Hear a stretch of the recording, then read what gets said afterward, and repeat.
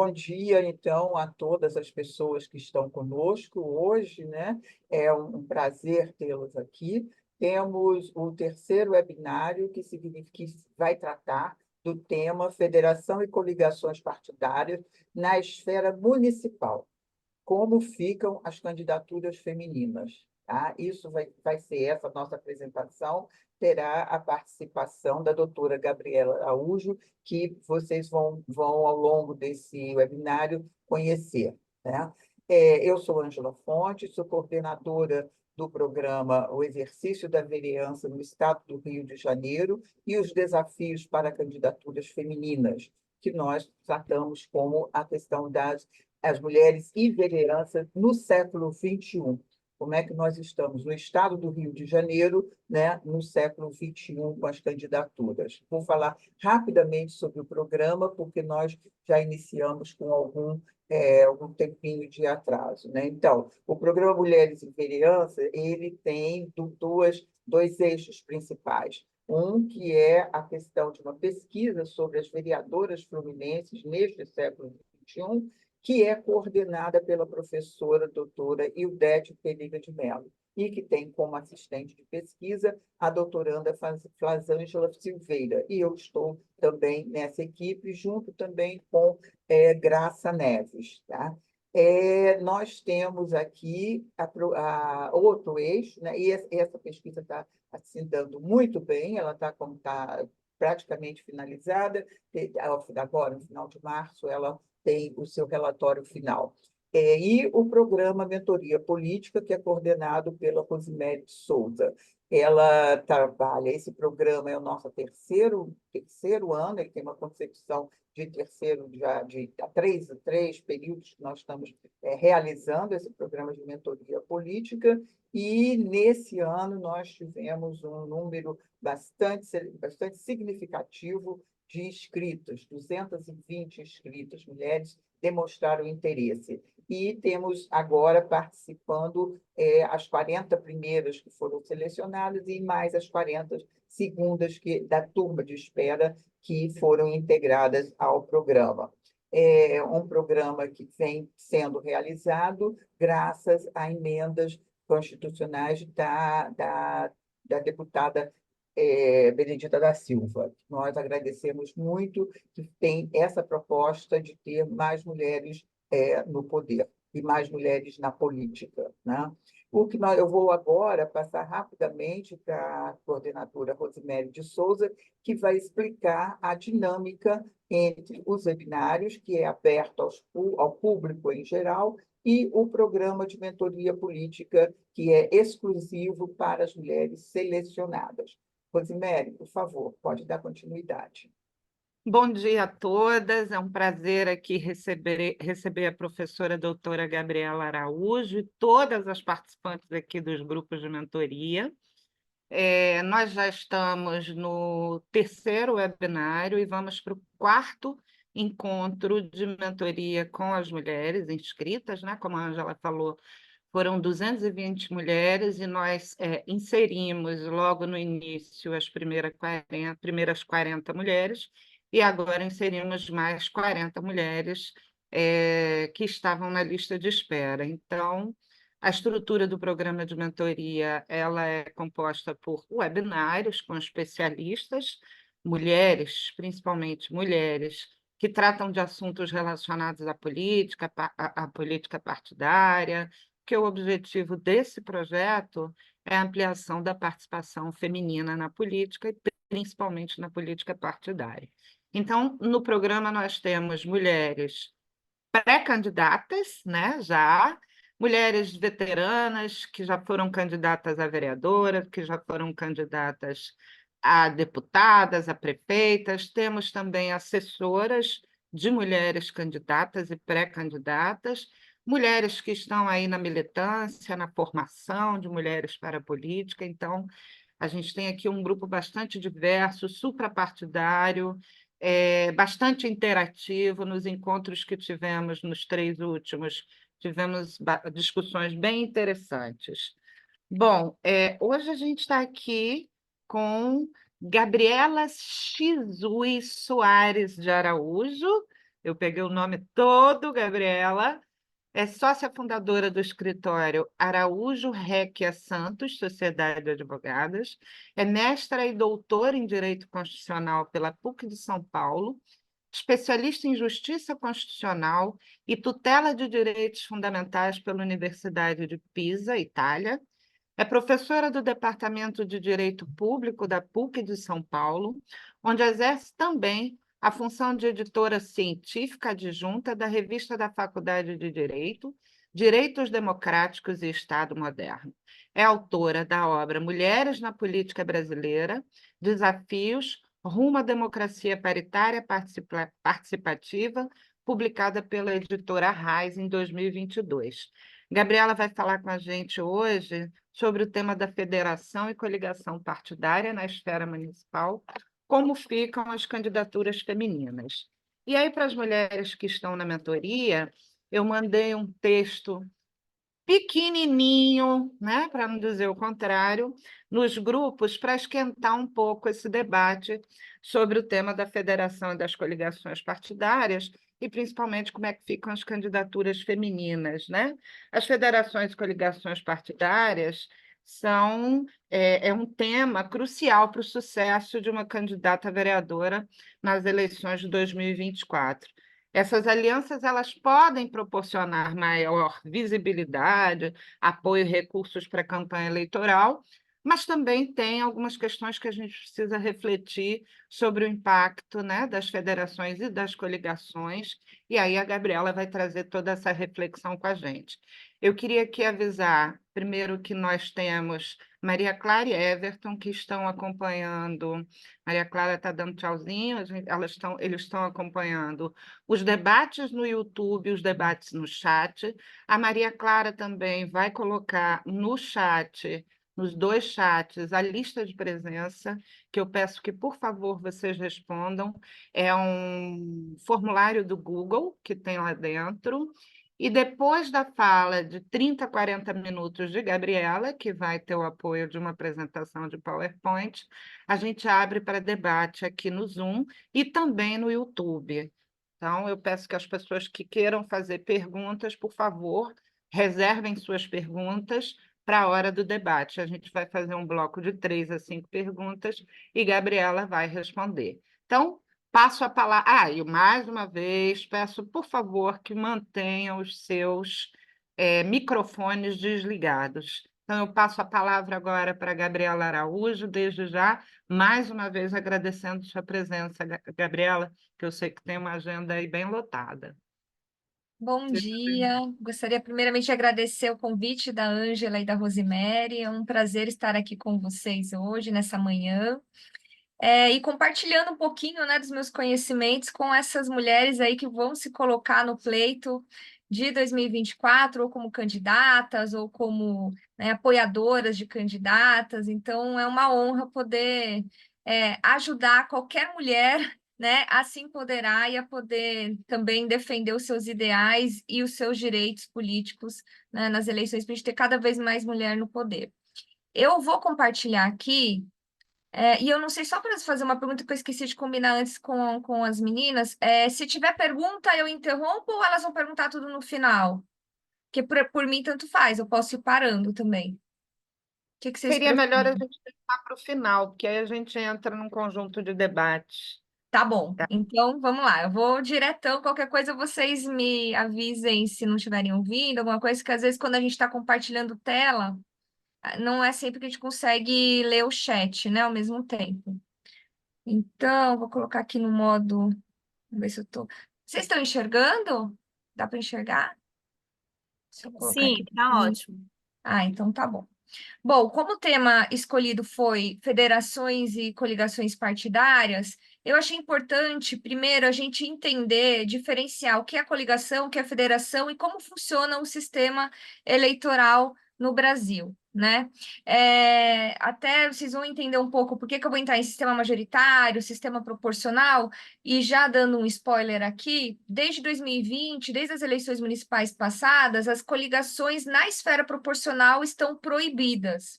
E existe uma lógica para isso, né? Um pouco também por conta da proibição das coligações na esfera proporcional, é que foram criadas as federações, e que passaram a valer a partir das eleições nacionais de 2022. Então, vamos lá. Como é que funciona o sistema eleitoral no Brasil? A gente tem dois modos de cálculo de votação para eleger, né, candidatas e candidatos. Nós temos o sistema majoritário, que serve para candidata para o poder executivo, né, presidente, governador, prefeito, prefeita, vice-prefeita, enfim, e também para eleição de senadores e senadoras. Então, o que diz o Código Eleitoral no artigo 83? Que na eleição direta para o Senado Federal, para prefeito e vice-prefeito, adotar-se-á o princípio majoritário. Como se faz esse cálculo, né, para a eleição majoritária? Quando são as eleições de senadoras e senadores, ou para prefeitas e prefeitos de cidades com menos de 200 mil habitantes, é eleito quem tiver o maior número de votos, independentemente do quantitativo. Então, se a pessoa tiver, um candidato tiver 20% de votos e os outros todos tiverem menos que isso, esse candidato está eleito, com pouquíssimo número de votos, por exemplo. Isso é possível. Agora, em cidades maiores, né, ou eleições para presidente da República, governadora e prefeitas de cidades com mais de 200 mil habitantes, só é eleito quem tiver a maioria absoluta dos votos. Ou seja, no primeiro turno, faz-se 2 turnos caso essa maioria absoluta não seja alcançada no primeiro turno. E o que seria primeiro turno? Seria, né, eleição em primeiro turno. Como que valeria? Como seria feito o cálculo? Seriam eleitos quem tivesse um número imediatamente superior à metade total dos votos válidos. Ou seja, você descarta os votos brancos e nulos, e quem tiver mais da metade dos votos válidos é eleito presidente, governador ou prefeita. Agora, se ninguém chegar nesse cômputo de mais da metade dos votos válidos, é feito um segundo turno, e aí os dois primeiros, né, as duas pessoas que tiveram mais votos vão para o segundo turno, e aí é eleito por maioria simples, ou seja, quem tiver mais voto, independentemente da quantidade de votos válidos, se é mais de metade ou não, aí ela é eleita, o mais votado é eleito. Aí o segundo turno é calculado por maioria simples. É assim que funciona no sistema majoritário.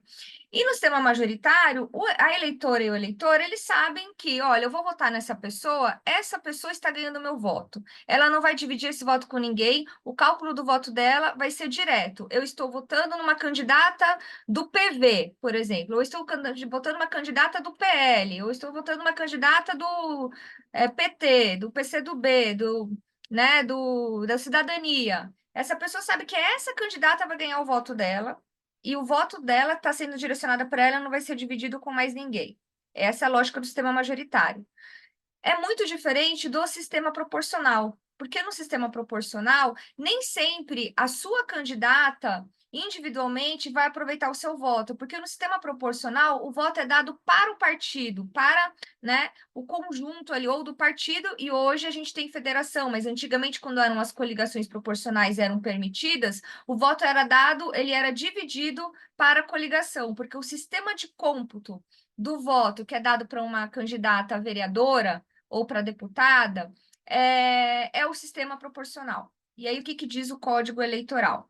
A eleição para a Câmara dos Deputados, Assembleias Legislativas e Câmaras Municipais obedecerá ao princípio da representação proporcional na forma desta lei. Desta forma, estarão eleitos entre os candidatos registrados por um partido que tenha obtido votos em número igual ou superior a 10% do quociente eleitoral, tantos quanto o respectivo quociente partidário indicar na ordem da votação nominal que cada um tenha recebido.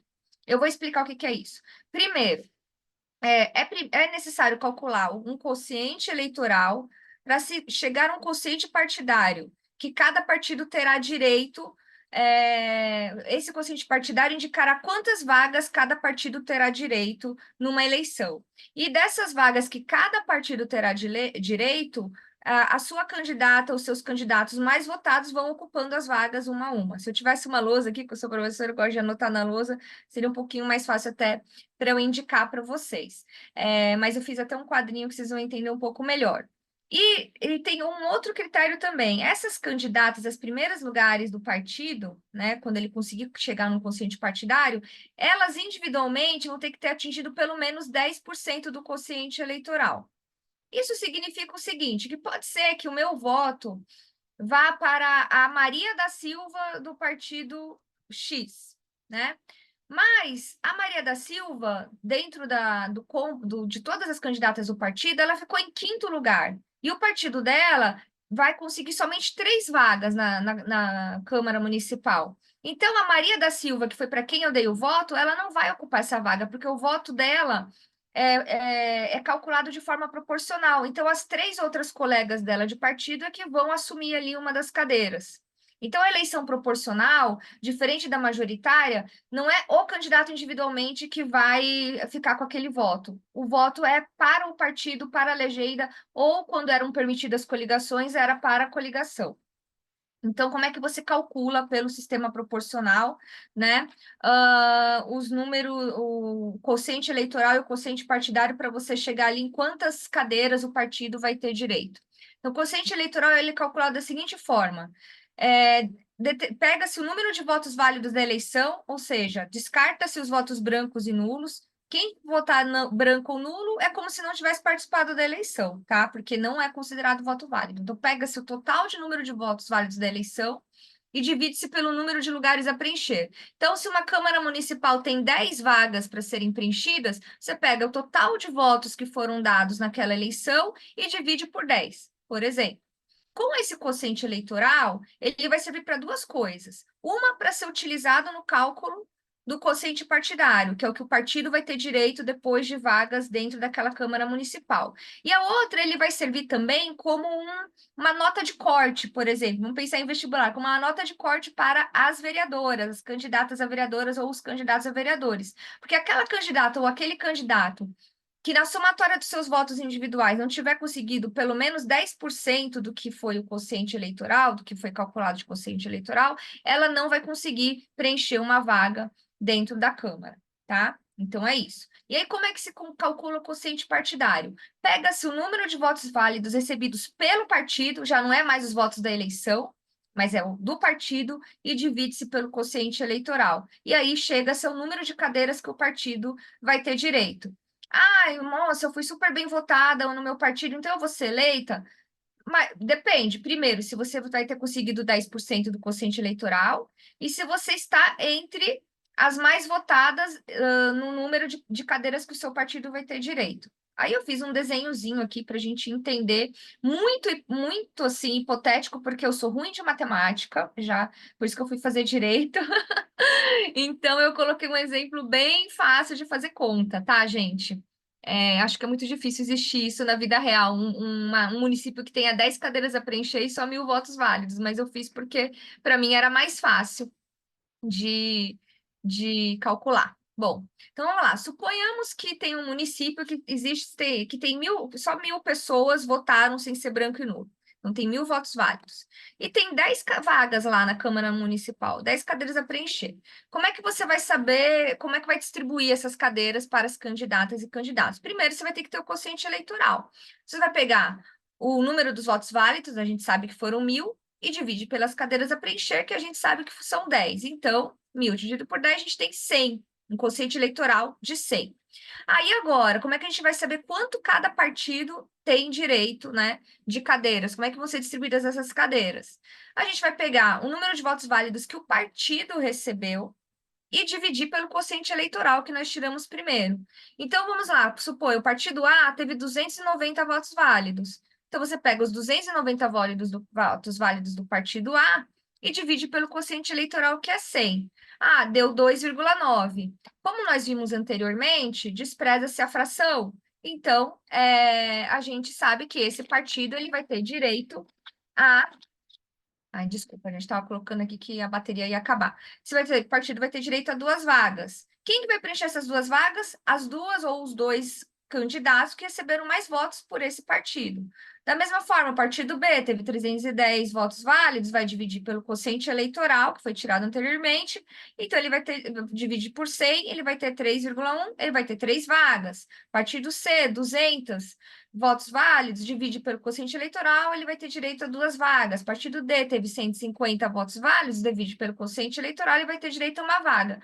E o partido E só teve 50 votos válidos, ele não vai conseguir nenhuma vaga. É assim que se calcula, tá? Por que isso é importante saber? Porque, ai, gente, eu quero voltar e eu tô indo para frente. Espera aí. Quero voltar. Isso. Por que isso é importante saber? Porque quando é uma coligação ou uma federação, os partidos que se unem em coligação ou em federação, eles funcionam como um só. Então, suponhamos que o partido A e o partido B estivessem unidos em coligação. Eles juntos, o cálculo do quociente partidário deles seria feito de uma forma única. E eles juntos, o grupo de candidatos deles conseguiriam ali atingir esse número de vagas que seria distribuído entre o conjunto de candidatos deles. Qual que é o problema? O que se passou a entender e por que se proibiu as coligações a partir das eleições de 2020, né? Que as coligações proporcionais, como elas eram realizadas, partidos diferentes poderiam se unir só para a eleição, para aquela lógica eleitoral, e se coligar para aquela eleição, isso confundia as eleitoras e os eleitores, porque era possível, por exemplo, em algum município, vamos dar um exemplo bem radical, que a gente tem hoje, né, na conjuntura nacional do país aqui, a gente tem 2 partidos bem polarizados, que é o PT e o PL, né? Em âmbito nacional, a gente viu as eleições passadas, foram os partidos que foram partidos antagonistas nas eleições passadas, correto? Mas suponha, a gente sabe aqui também, a gente tem várias candidatas que estão aqui participando e pessoas que estão acostumadas com a política local, que nos municípios isso pode não ser tão polarizado. Então, imagine um município em que se faz uma coligação proporcional entre PT e PL, em âmbito municipal. PT e PL vai fazer uma chapa única de vereadores. É possível que uma eleitora vote numa candidata do PT, mas acabe elegendo a do PL dentro da coligação, porque como computa como um voto só, né? E esse cálculo de distribuição proporcional é feito de uma forma única, isso confunde o eleitor. A eleitora fala, poxa, mas eu depositei o meu voto em uma ideologia, que é uma ideologia mais vinculada ali às pautas do PT. E eu acabei elegendo uma vereadora que é vinculada às pautas de um partido que pensa completamente diferente, que é a pauta do PL. Então, isso confundiu o eleitor. Por isso, porque no sistema proporcional, né, essas alianças poderiam confundir o eleitor depositaria o voto em uma ideologia e acabaria elegendo outra, é que se proibiu as coligações nas eleições proporcionais. Porém, nas eleições majoritárias, as coligações continuaram permitidas. Por quê? Como eu mostrei para vocês nos exemplos anteriores, pelo sistema majoritário, não corre o risco de você votar numa candidata do PT e eleger uma candidata do PL, ou votar num candidato do PL e eleger um candidato do PT. Porque nas coligações, no sistema majoritário, o voto é só no candidato, ele não é feito nenhum cálculo de quociente eleitoral, quociente partidário, é diretamente naquela pessoa, e você só vai saber que aquela pessoa é vinculada a um partido XPTO, ok? Então, é por isso. Então, a partir de 2020, já nas eleições passadas de 2020, as coligações proporcionais foram proibidas. Mas o que aconteceu, né, com essa emenda constitucional que proibiu as coligações proporcionais, que é a emenda constitucional número 97 de 2017? O que aconteceu simultaneamente com isso? Essa emenda, ela estabeleceu uma restrição, né, uma cláusula de restrição ao recebimento de recursos do fundo partidário para aqueles partidos que não tivessem um número mínimo de votos na Câmara dos Deputados ou que não tivesse um número mínimo de candidatos eleitos para a Câmara dos Deputados. Isso já passou a valer desde as eleições de 2018 e foi aplicado também nas eleições de 2022. Então, o que diz ali? Eu até peguei o pedaço inteiro da emenda para a gente ler junto, peguei um print screen da tela da emenda constitucional número 97 de 2017, que diz o seguinte, ó, O disposto, né, quanto aos recursos do fundo partidário, propaganda gratuita na televisão, aplicar-se a partir das eleições de 2030. Terão acesso aos recursos do fundo partidário, propaganda gratuita no rádio e na televisão, os partidos políticos que... Aí, a partir de 2018, já passou a valer. A partir das eleições de 2018, só ia ter acesso à propaganda gratuita no rádio e na TV e recursos do fundo partidário os partidos que obtivessem nas eleições para a Câmara dos Deputados, no mínimo 1,5% dos votos válidos, distribuídos em pelo menos um terço das unidades da federação, com o mínimo de 1% dos votos válidos em cada uma delas, ou que tivessem elegido pelo menos 9 deputados federais, distribuídos em pelo menos um terço das unidades da federação, tá? Em 2022, já valeu a regra de que os partidos só iam ter acesso a recursos do fundo partidário aqueles que tivessem eleito pelo menos 11 deputados federais, ou, alternativamente, que tivessem obtido no mínimo 2% dos votos válidos, distribuídos em pelo menos um terço das unidades da federação, com o mínimo de 1% dos votos válidos. Por que foi aplicada essa cláusula, né? Isso vai ser progredindo, até chegar ao que diz a Constituição Federal, que vai ser a partir de 2030, das eleições de 2030, só vai ter acesso ao recurso do fundo partidário os partidos que tiverem pelo menos 15 deputados federais distribuídos em pelo menos um terço das unidades da federação. Por que isso, né? E aí eu vou fazer aqui uma pausa. Isso tudo, a lógica é a seguinte, olha, os partidos recebem fundos públicos de campanha, né, para sua subsistência. Fundos públicos que são patrocinados pelo dinheiro da sociedade civil, dos contribuintes, né, dos pagadores de impostos, das pagadoras de impostos. Então, não tem lógica um partido que não tem o apoio da sociedade receber fundo público indistintamente, né? A gente precisa ver os partidos que realmente têm ali, têm, assim, entrada na sociedade brasileira, têm apoio da sociedade brasileira, esses partidos vão ter direito a receber fundo público. E a ideia é, cada vez mais, diminuir o número daqueles partidos que antigamente existia, que eram os partidos nanicos, partidos de aluguel, que eles só apareciam em época eleitoral para vender apoiamento durante as coligações proporcionais, para ter mais tempo de TV, né, para ter mais recurso.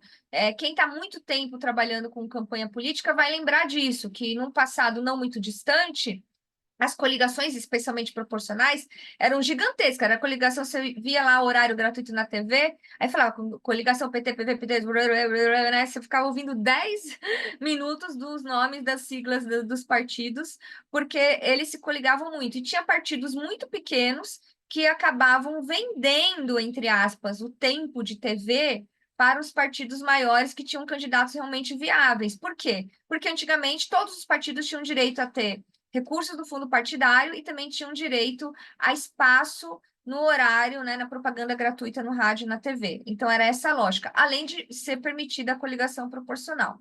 Por isso que veio essa emenda constitucional para falar o seguinte, olha, quer receber dinheiro público do povo?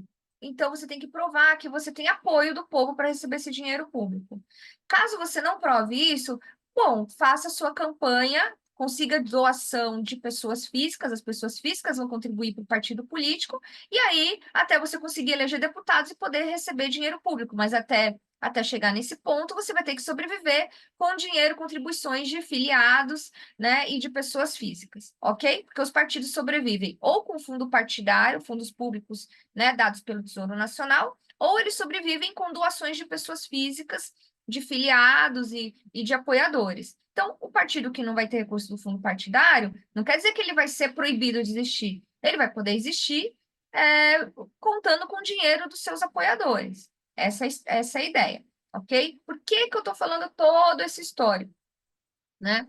Eu estou falando todo esse histórico porque já nas eleições de 2018, que foram as primeiras em que passou a valer essa cláusula, já não podia coligação proporcional. E os partidos também não podiam ter acesso ao recurso do fundo partidário se não tivessem eleito pelo menos 9 deputados federais ou se não tivessem tido no mínimo 1,5% dos votos válidos. Muitos partidos sentiram na pele, assim, sentiram o baque, porque não passaram a deixar de receber recurso do fundo partidário. Então, muitos partidos tiveram que fundir um com o outro, ou foram extintos, ou tiveram que juntar, tiveram que mudar suas características, porque eles não conseguiam sobreviver sem o fundo partidário. Eram partidos que dependiam do fundo partidário para sobreviver, e quando não conseguiram cumprir com essa cláusula aí da emenda constitucional que foi incluída na Constituição Federal, quando esses partidos não conseguiram cumprir com isso, eles ficaram sem recursos para sobreviver e tiveram que se unir. Então, isso foi que deu origem à proposta e à movimentação para se criar as federações partidárias, ok?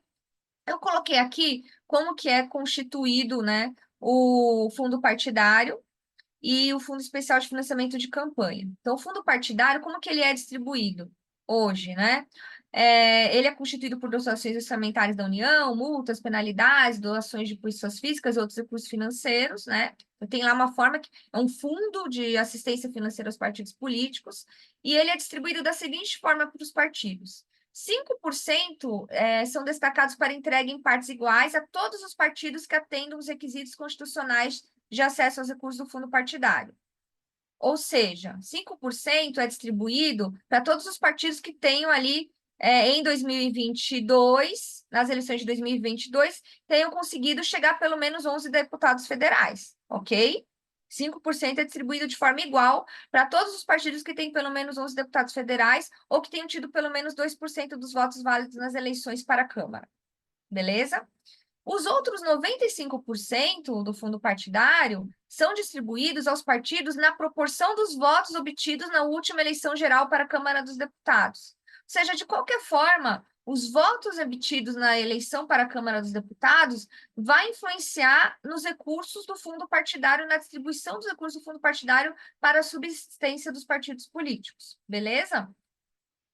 Além desse fundo partidário, os partidos políticos, isso é muito importante para as mulheres, eu estou trazendo tudo isso porque a gente vai chegar na distribuição de recursos para as mulheres, existe o Fundo Especial de Financiamento de Campanha, que é constituído por dotações orçamentárias da União em ano eleitoral, tá? Então, o Fundo Especial de Financiamento de Campanha é um fundo que os partidos políticos recebem somente em ano eleitoral para ser distribuído para os seus candidatos e candidatas, e para esses recursos são utilizados somente nas campanhas eleitorais. As candidatas e candidatos, ou os partidos que não usarem tudo que foi distribuído de Fundo Especial de Financiamento de Campanha, que a gente também chama de FEFEC, vão ter que, se não usarem durante a eleição, não dá para esse recurso ser devolvido para o partido. Esse recurso tem que ser devolvido para o Tesouro Nacional, porque ele tem que ser usado naquela campanha. Se não for usado naquela campanha, tem que devolver para a União. E esse recurso, o FEFEC, ele é distribuído da seguinte forma: 48% é dividido entre os partidos na proporção do número de representantes na Câmara dos Deputados na última eleição, 35% divididos entre os partidos na proporção do percentual de votos válidos obtidos pelas siglas que tenham pelo menos um representante na Câmara, 15% divididos entre os partidos na proporção do número de representantes no Senado, e 2% divididos igualmente entre todos os partidos registrados no TSE. Ou seja, 98% do Fundo Especial de Financiamento de Campanha vai para partidos que tenham alguma representatividade na Câmara dos Deputados e no Senado Federal. Somente 2% é dividido igualmente entre todos os partidos, independentemente se ele teve ou não voto para a Câmara ou para o Senado. Beleza? Então, vocês vejam que a ideia é cada vez mais a gente ter menos partidos políticos, porque aqueles partidos que tinham, assim, menores de ocasião, que não tinham muito ideal, que não tinham muito apoiamento da sociedade, eles vão acabar naturalmente diminuindo. Tudo isso dito, vocês entenderam o sistema majoritário, entenderam como funciona o sistema proporcional, entenderam que está cada vez mais difícil os partidos receberem fundos públicos de campanha se eles não tiverem votos na Câmara dos Deputados, se eles não tiverem deputados e senadores eleitos. Isso entendido, nós chegamos na criação das federações partidárias. O principal motivo para se criar as federações partidárias foi, número 1, foram extintas as coligações proporcionais. Então, os partidos tiveram mais dificuldade ali de individualmente conseguirem votos suficientes para eleger candidatos para a Câmara, né, para a vereança, enfim, para a Assembleia. Número 1. Número 2, os partidos também passaram a ter dificuldade, alguns partidos, não todos, de ter acesso aos recursos os fundos públicos de subsistência, fundo partidário e fundo especial de financiamento de campanha, porque eles precisavam ter um número mínimo de deputados ou de votos recebidos, percentual de votos recebidos. Daí surgiu a ideia das federações partidárias, principalmente para aqueles partidos que não queriam se juntar com outros partidos ou que não queriam ser extintos, não queriam se fundir, queriam continuar mantendo a sua autonomia, mas precisavam de continuar recebendo fundo de campanha, recurso público de campanha ou de subsistência. Então, o que que diz ali, né? O que que disse a lei número 14.208 de 2021, que alterou a lei das eleições, que é a lei número 9.096 de 95. 2 ou mais partidos políticos poderão reunir-se em federação, a qual, após sua constituição e respectivo registro perante o Tribunal Superior Eleitoral, atuará como se fosse uma única agremiação partidária. Aplicam-se à federação de partidos todas as normas que regem o funcionamento parlamentar e a fidelidade partidária. Assegura-se a preservação da identidade e da autonomia dos partidos integrantes da federação. Vou explicar. As coligações proporcionais foram proibidas porque confundiu o eleitor, partidos de ideais totalmente diferentes se uniam só para aquela eleição, só pela lógica eleitoral, para poder dividir recursos de campanha, para poder ter mais força para eleger candidatos. Só que era comum que o eleitor votasse num candidato com um espectro ideológico, de um partido de um espectro ideológico, e acabasse dando voto para candidatos de partido de outro espectro ideológico.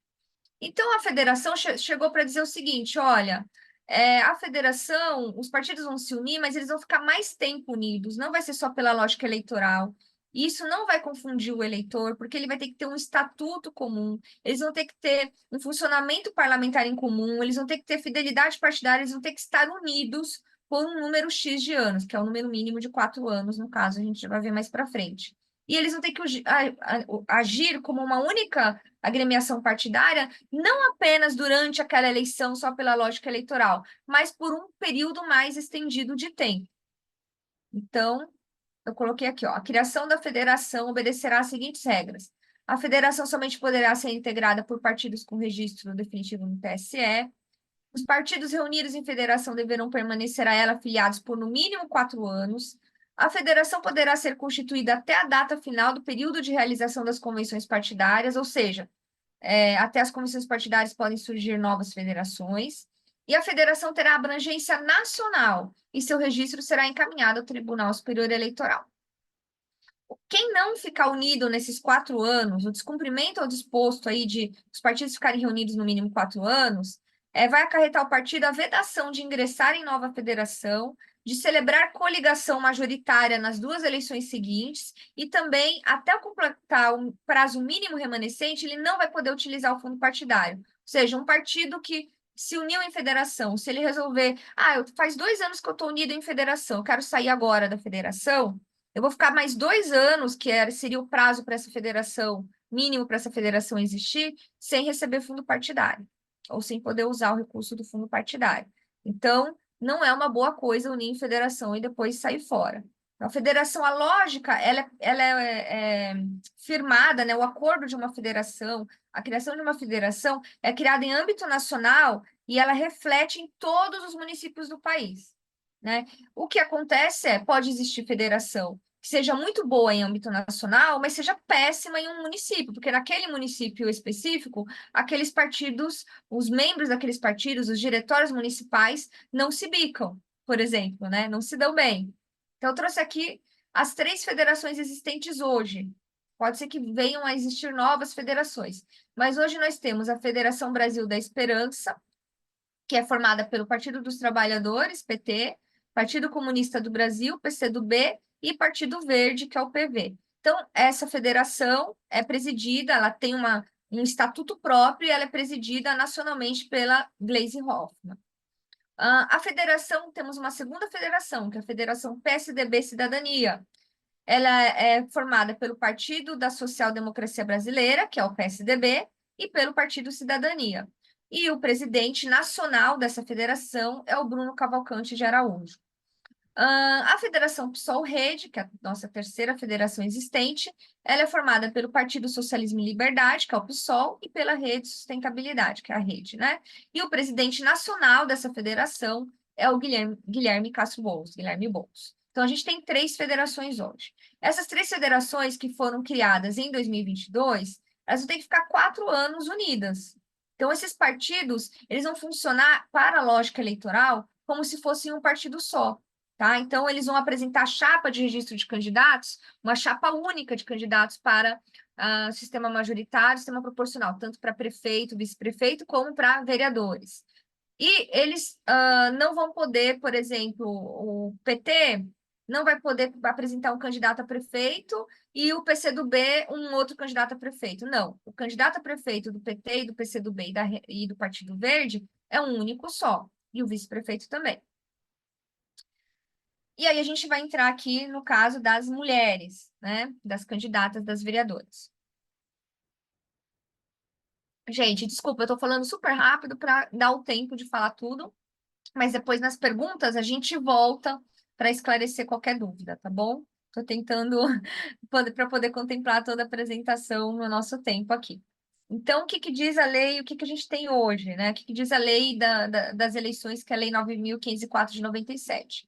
Cada partido poderá registrar candidatos para a Câmara dos Deputados, a Câmara Legislativa, as Assembleias Legislativas e as câmaras municipais, no total de até 100% do número de lugares a preencher, mais um. O que que significa?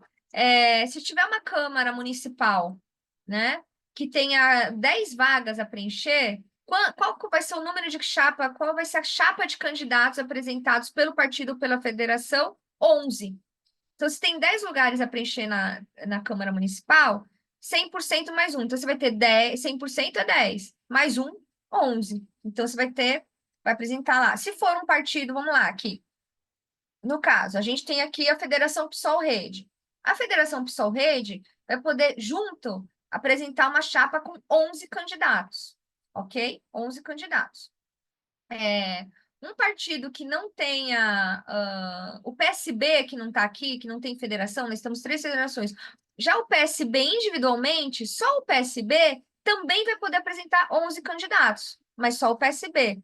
O PSOL e a Rede vai ter que se unir ali, vai ter que ver qual que é a regra do Estatuto da Federação, que diz qual é o percentual que cada um deles pode apresentar, e juntos eles vão ter 11 candidatos. Então, pode ser que o PSOL tenha desses 11, o PSOL tenha 5 e a Rede tenha 6, ou o contrário, né? O PSOL tenha 6 e a Rede tenha 5. Então, vai ter que ver ali qual que é a regra acordada entre eles para apresentar a chapa de candidatos a vereadores. Então, a federação só pode apresentar em conjunto, né? Os partidos em conjunto vão apresentar 11 candidatos. A Federação Brasil da Esperança, PT, PCdoB e PV, só vão poder apresentar 11 candidatos. Vão ter que dividir entre eles. Quantos o PT vai apresentar? Quantos o PCdoB vai apresentar? A somatória de todos os candidatos dos 3 partidos vai ser 11. Estou dando esse exemplo, tá? Hipotético.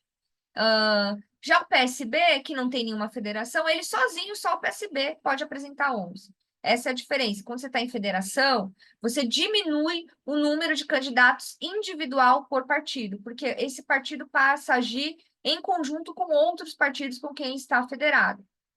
Beleza? Do número de vagas resultante das regras previstas neste artigo, cada partido ou federação, que né, hoje a coligação proporcional está proibida, preencherá no mínimo 30% e o máximo de 70% para candidaturas de cada sexo. Ou seja, a federação, nesse exemplo hipotético que eu dei para vocês, suponhamos que uma Câmara Municipal tenha 10 vagas disponíveis para vereadores e cada partido ou federação vai poder apresentar 11 candidaturas.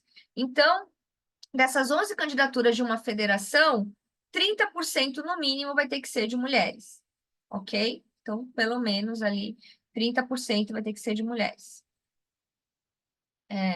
Se fossem 10, né, 10 candidatos, 3 mulheres, 7 homens, no mínimo 30% de mulheres. Ou, né, no mundo ideal, no mínimo 30% de homens. É que a gente sabe que, na prática, sempre esse mínimo de 30% acaba sendo preenchido por mulheres, e não o Pode contrário. fazer pergunta, Gabriela? É só no final, eu não entendi. Isso É pro só no final. final, Ah, só tá no bom. final. Mas a gente volta. Tá bem. Vamos lá.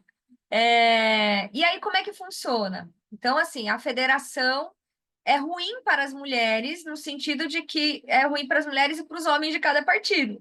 Porque nas eleições de 2020, que foram as últimas eleições municipais que a gente teve, todos os partidos não podiam fazer coligação proporcional. Então, aumentou o número de vagas para todo mundo, né, em cada partido, porque nenhum partido mais coligou.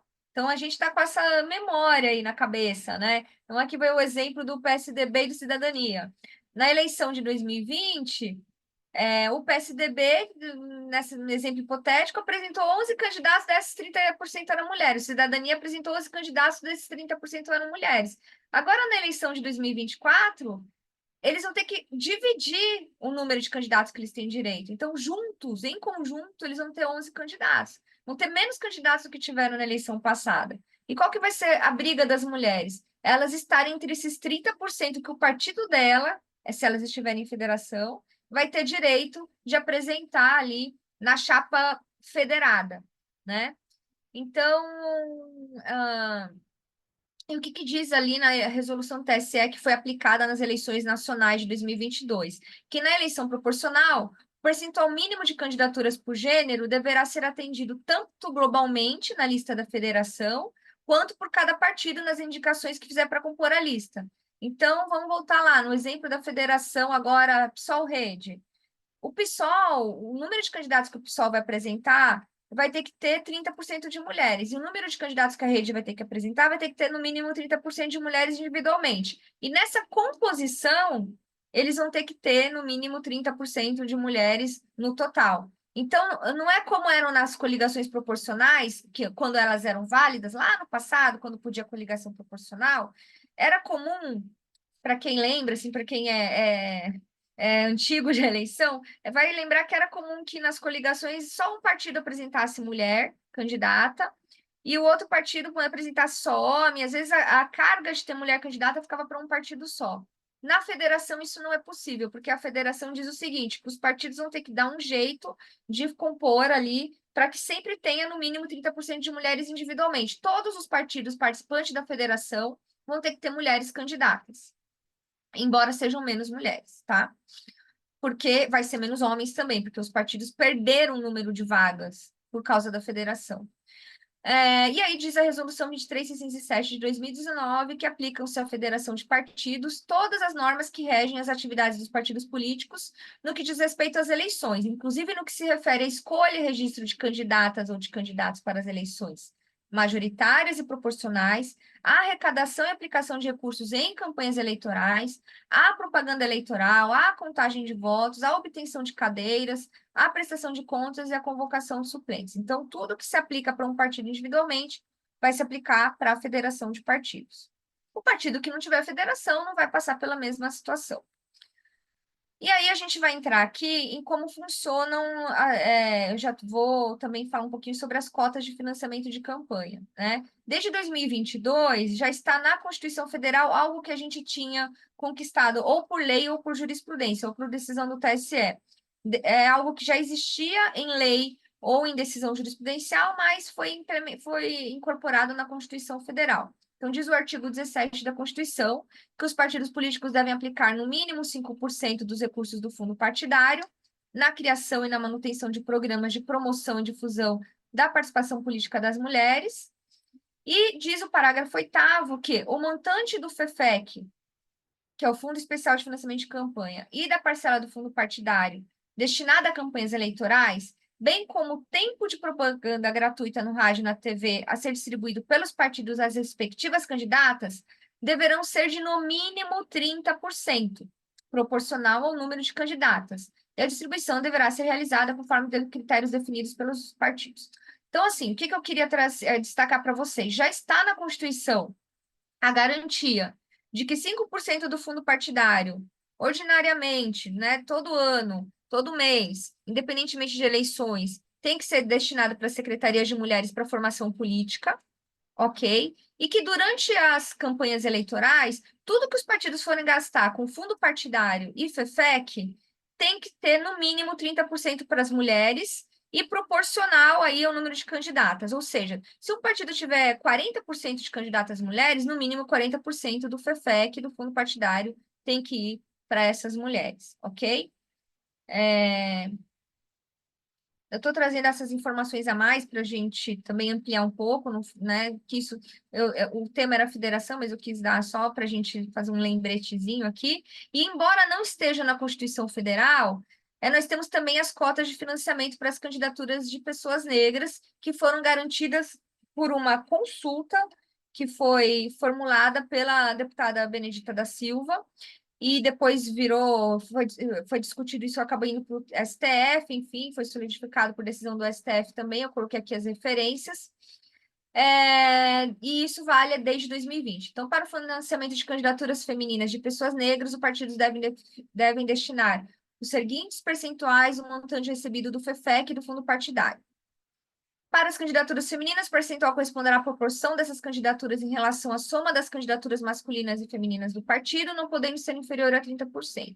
E para as candidaturas de pessoas negras, o percentual corresponderá à proporção de mulheres negras e não negras do gênero feminino do partido e homens negros e não negros do gênero masculino do partido. Isso vale para as federações também. Então, o que eu quero dizer, gente, com isso? E como é que os partidos vão ter que acabar, como são os partidos que distribuem esses recursos, eles vão ter que calcular isso individualmente. Então, se um partido tiver, ele vai fazer primeiro o recorte de gênero e depois o recorte racial. Então, do percentual de recursos que eles vão destinar para as candidaturas de mulheres, ele vai ter que ver quantas dessas mulheres são candidatas negras. Então, um percentual vai ter que ser para as candidatas negras. Percentual de recursos que vai para as candidaturas de homens, eles vão ter que ver quanto desses candidatos aqui, homens, nós temos de homens negros. Então, nós temos que garantir um percentual para os homens negros, ok? E aí diz a resolução TSE número 23665 que tudo que é de fundo especial e de fundo partidário que é garantido para as candidaturas de mulheres e pessoas negras tem que ser aplicado exclusivamente nas campanhas de mulheres e pessoas negras. Então, se uma mulher ou uma pessoa negra receber um recurso de FEFEC, de fundo partidário, por causa dessa cota de financiamento, que é específico para a sua campanha de mulher, só para a campanha de mulheres e pessoas negras, isso não pode ser aplicado em campanha de pessoas brancas ou de homens, por exemplo. A única coisa que é permitida é o pagamento de despesas comuns. Então, eu vou fazer um santinho, uma dobrada. Uma mulher vai fazer uma dobrada com homem. Aí ela pode gastar o recurso que era destinado para as mulheres nessa dobrada, porque ela também vai aparecer no card. Não vai ser só para um homem, ela não vai estar dando dinheiro só para a campanha do homem. Ela vai estar compartilhando ali a despesa com o homem. Aí, ok. Essa é a lógica, porque o que é de cota de financiamento para mulher e pessoa negra só pode ser usado para campanhas de mulheres e pessoas negras. Agora, se ela receber um recurso para ela, né, que é destinado para as campanhas de mulheres, e ela quer compartilhar com outra mulher, aí ok, o que ela não pode compartilhar é com um homem. Então, fica permitido apenas o pagamento de despesas comuns com candidatos do gênero masculino e de pessoas não negras, a transferência ao órgão partidário de verbas destinadas ao custeio da sua cota parte em despesas coletivas, desde que haja benefício para campanhas femininas e de pessoas negras. Então, sempre tem que pensar que é cota de financiamento tem que ser usado em campanhas femininas ou de pessoas negras. Só vai poder ser compartilhado com homens e com pessoas brancas se for despesa comum, ou se for por a despesa comum de partido. Trouxe aqui uma emenda constitucional que é pouco falada, mas que foi um avanço também nessa lógica para a gente empoderar mais mulheres e pessoas negras, que é a emenda constitucional número 111 de 2021, que ela diz o seguinte, que para fins de distribuição entre os partidos políticos dos recursos do fundo partidário e do FEFEC, os votos dados a candidatas mulheres ou a candidatos negros para a Câmara dos Deputados nas eleições realizadas de 2022 a 2030 serão contados em dobro. Ou seja, vocês lembram que eu falei para vocês que os partidos que não atingissem lá o mínimo de votos válidos ou de deputados eleitos, eles não iam ter acesso aos recursos do fundo partidário do FEFEC? Pois bem, os partidos que tiverem, os votos que eles receberam para mulheres e para pessoas negras vão ser contados em dobro, para fins de ter acesso a esses recursos. Isso significa que os partidos vão ter interesse em viabilizar candidaturas de mulheres e pessoas negras e de realmente apostar nessas candidaturas, porque isso vai reverter em dinheiro para os partidos, em acesso a recursos do fundo partidário e do fundo especial. Então, assim, é um estímulo para que os partidos não coloquem mais candidaturas laranja ou candidaturas fictícias e passem a investir em candidaturas realmente viáveis, porque vocês lembram das barreiras que os partidos, né, sempre colocam para as candidaturas de mulheres. Ah, a gente tem direito de reserva de candidatura, mas é muito comum, e isso a gente tem dados da Justiça Eleitoral, a gente tem julgamento da Justiça Eleitoral, que os partidos, em vez de colocar mulheres realmente viáveis, que podem fazer a diferença, eles colocam mulheres pro forma, que a gente chama de candidatura fictícia, candidatura laranja, né?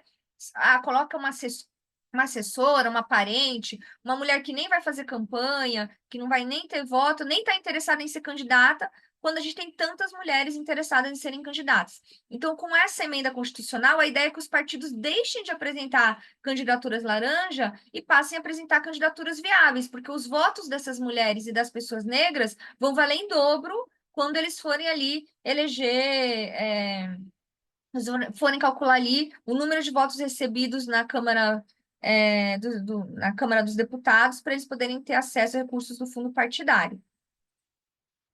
Vamos lá, vamos para frente. Isso aqui eu vou deixar aqui, depois eu vou compartilhar com vocês esse material, só para vocês saberem, porque como a gente está falando aqui com candidatas, eu queria trazer que a gente tem uma lei, que é uma lei que reprime, né, que combate a violência política de gênero, que combate a violência política contra as mulheres, que ela pode e deve ser usada, se vocês que são pré-candidatas ou candidatas estão sofrendo qualquer forma de intimidação, ameaça, alguém está tentando impedir, obstaculizar a sua campanha, vocês têm direito de buscar o Ministério Público e representar as pessoas que estão constrangendo os seus direitos políticos. E isso hoje é lei e a política contra as mulheres hoje é crime. Então, essa lei, que é a Lei 14.192 de 2021, ela estabelece normas para prevenir, reprimir e combater a violência política contra a mulher. E o que é considerado violência política contra a mulher? Toda ação, conduta ou omissão com a finalidade de impedir, obstaculizar ou restringir os direitos políticos da mulher e qualquer distinção, exclusão ou restrição no reconhecimento, gozo ou exercício de seus direitos e de suas liberdades políticas fundamentais em virtude do sexo. E aí diz a lei que vão ser garantidos os direitos de participação política da mulher, vedada a discriminação e desigualdade de tratamento em virtude de sexo ou de raça, no acesso às instâncias de representação política e no exercício de funções públicas. Ou seja, se o partido político que você é afiliada estiver constrangendo, né, o seu direito de participar das discussões sobre quem vai ser candidata, quem não vai ser, sobre as pré-candidaturas, sobre como é que vai ser realizada a convenção partidária, sobre como é que vai ser distribuído ali, se houver qualquer constrangimento que fique nítido que é uma discriminação de gênero, que é uma discriminação contra a mulher em virtude somente de você ser mulher, você tem direito de buscar o Ministério Público Eleitoral, de fazer uma representação por violência política.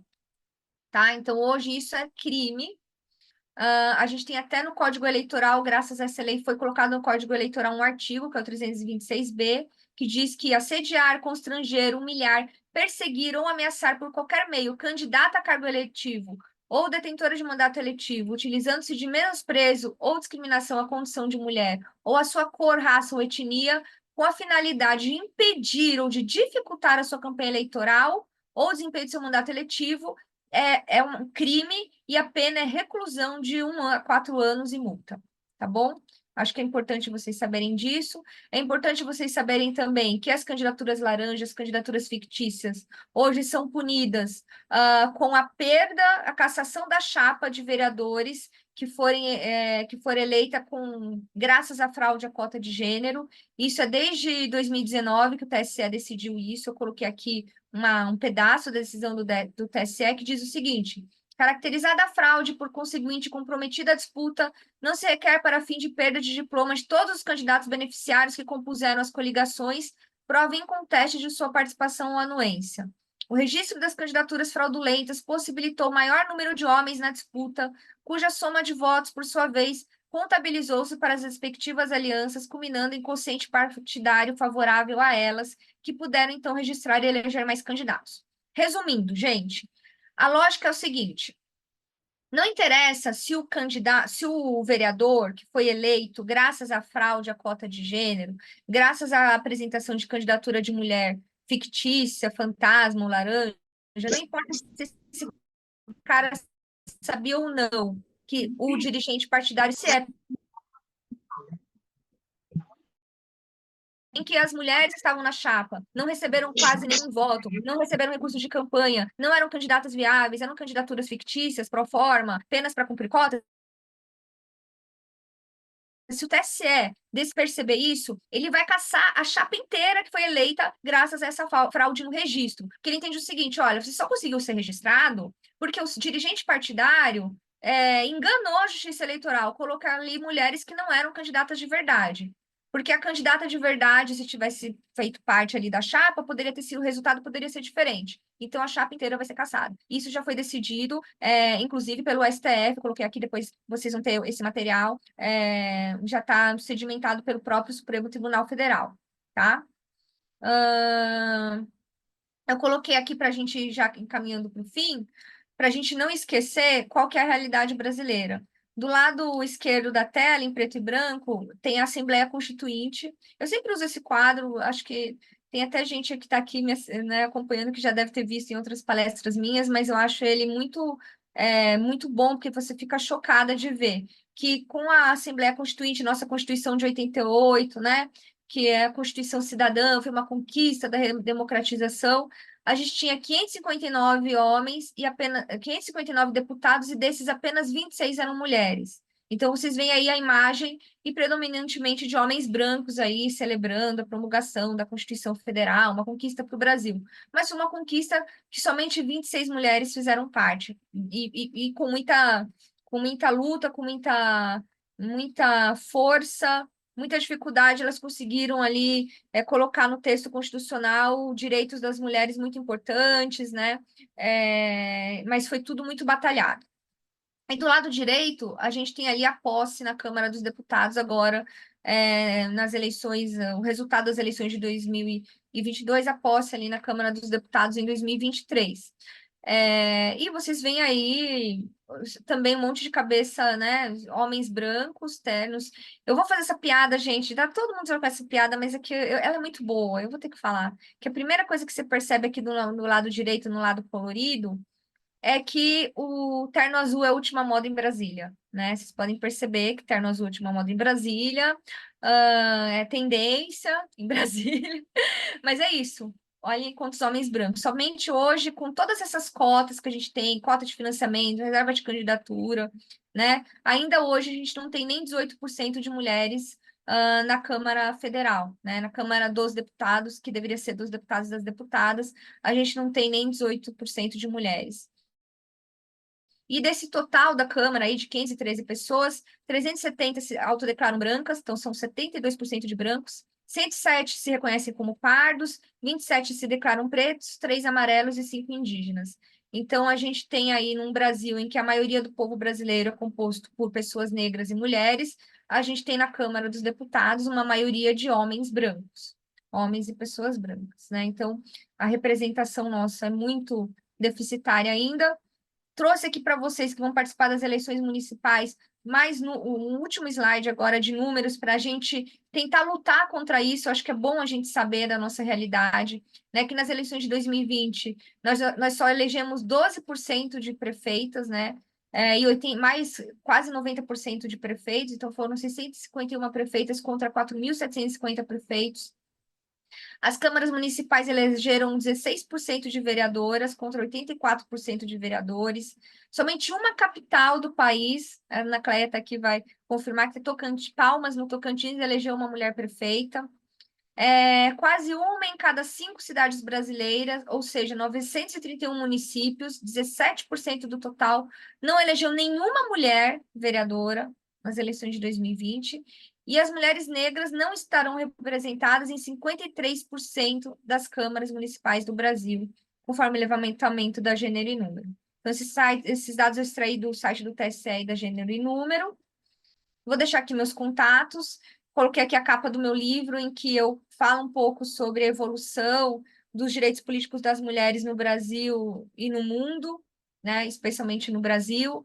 sobre as cotas existentes, sobre a jurisprudência existente, e trago propostas do que a gente pode fazer para melhorar o quadro. Eu acho que a solução imediata, mais urgente, né, que poderia acelerar ali a participação feminina na política, seria a reserva de assentos no legislativo, e não apenas reserva de candidaturas. Mas esse debate ainda está muito incipiente no Congresso Nacional, um Congresso que, como vocês viram, é majoritariamente masculino, tem muita dificuldade de abrir mão de seus privilégios e de aceitar reserva de assentos para mulheres. Mas a gente continua na luta, né? Nada é impossível. E coloco aqui, disponibilizo aqui os meus contatos, o meu e-mail, gabriela@gabrielaaraújo.com. No Instagram, me sigam, a Gabriela Araújo ADV, de vez em quando eu coloco outros cursos, né, novos debates que eu participo. E agora acho que a gente pode para abrir para as perguntas. Gabriela, obrigada. Antes que as pessoas comecem a perguntar, eu mandei para o seu WhatsApp algumas questões que foram colocadas no chat aqui. Então, eu sugiro, reitero, que você possa começar por essas perguntas. Eu vou ler aqui para o grupo, para as pessoas que não tiveram oportunidade de pegar. Bom, a primeira, e aí vou pedir para as pessoas, enquanto a Gabriela estiver respondendo, que, por favor, quem tiver dúvida, formule a sua pergunta, levante a mãozinha ali no Reaction, né? A gente tem ali um lugarzinho que tem uma carinha que vocês podem levantar a mãozinha. Ou então, se não achar, gente, pode abrir o vídeo e levantar a mãozinha assim mesmo, que eu estou olhando daqui, eu já vejo quem são as pessoas. Então, eu vou pedir para a Gabriela responder as perguntas. Peço que, enquanto eu leio, a Maria Clara, por favor, veja a ordem aí das pessoas que estão levantando para a gente não cometer nenhuma injustiça. Bom, a Ana Cléia fez a seguinte colocação, que ontem ela participou de uma plenária do PT demonstrando os cálculos. A Fabiana Santos perguntou se é necessário atingir os 20% para confirmar a vaga. A Jéssica Freitas e também a Clara Valverde perguntaram se teria cota para a juventude, quer dizer, a Jéssica Freitas é que falou, se tem cota para a juventude na federação, como isso fica na estrutura, mulher negra, jovem, LGBT.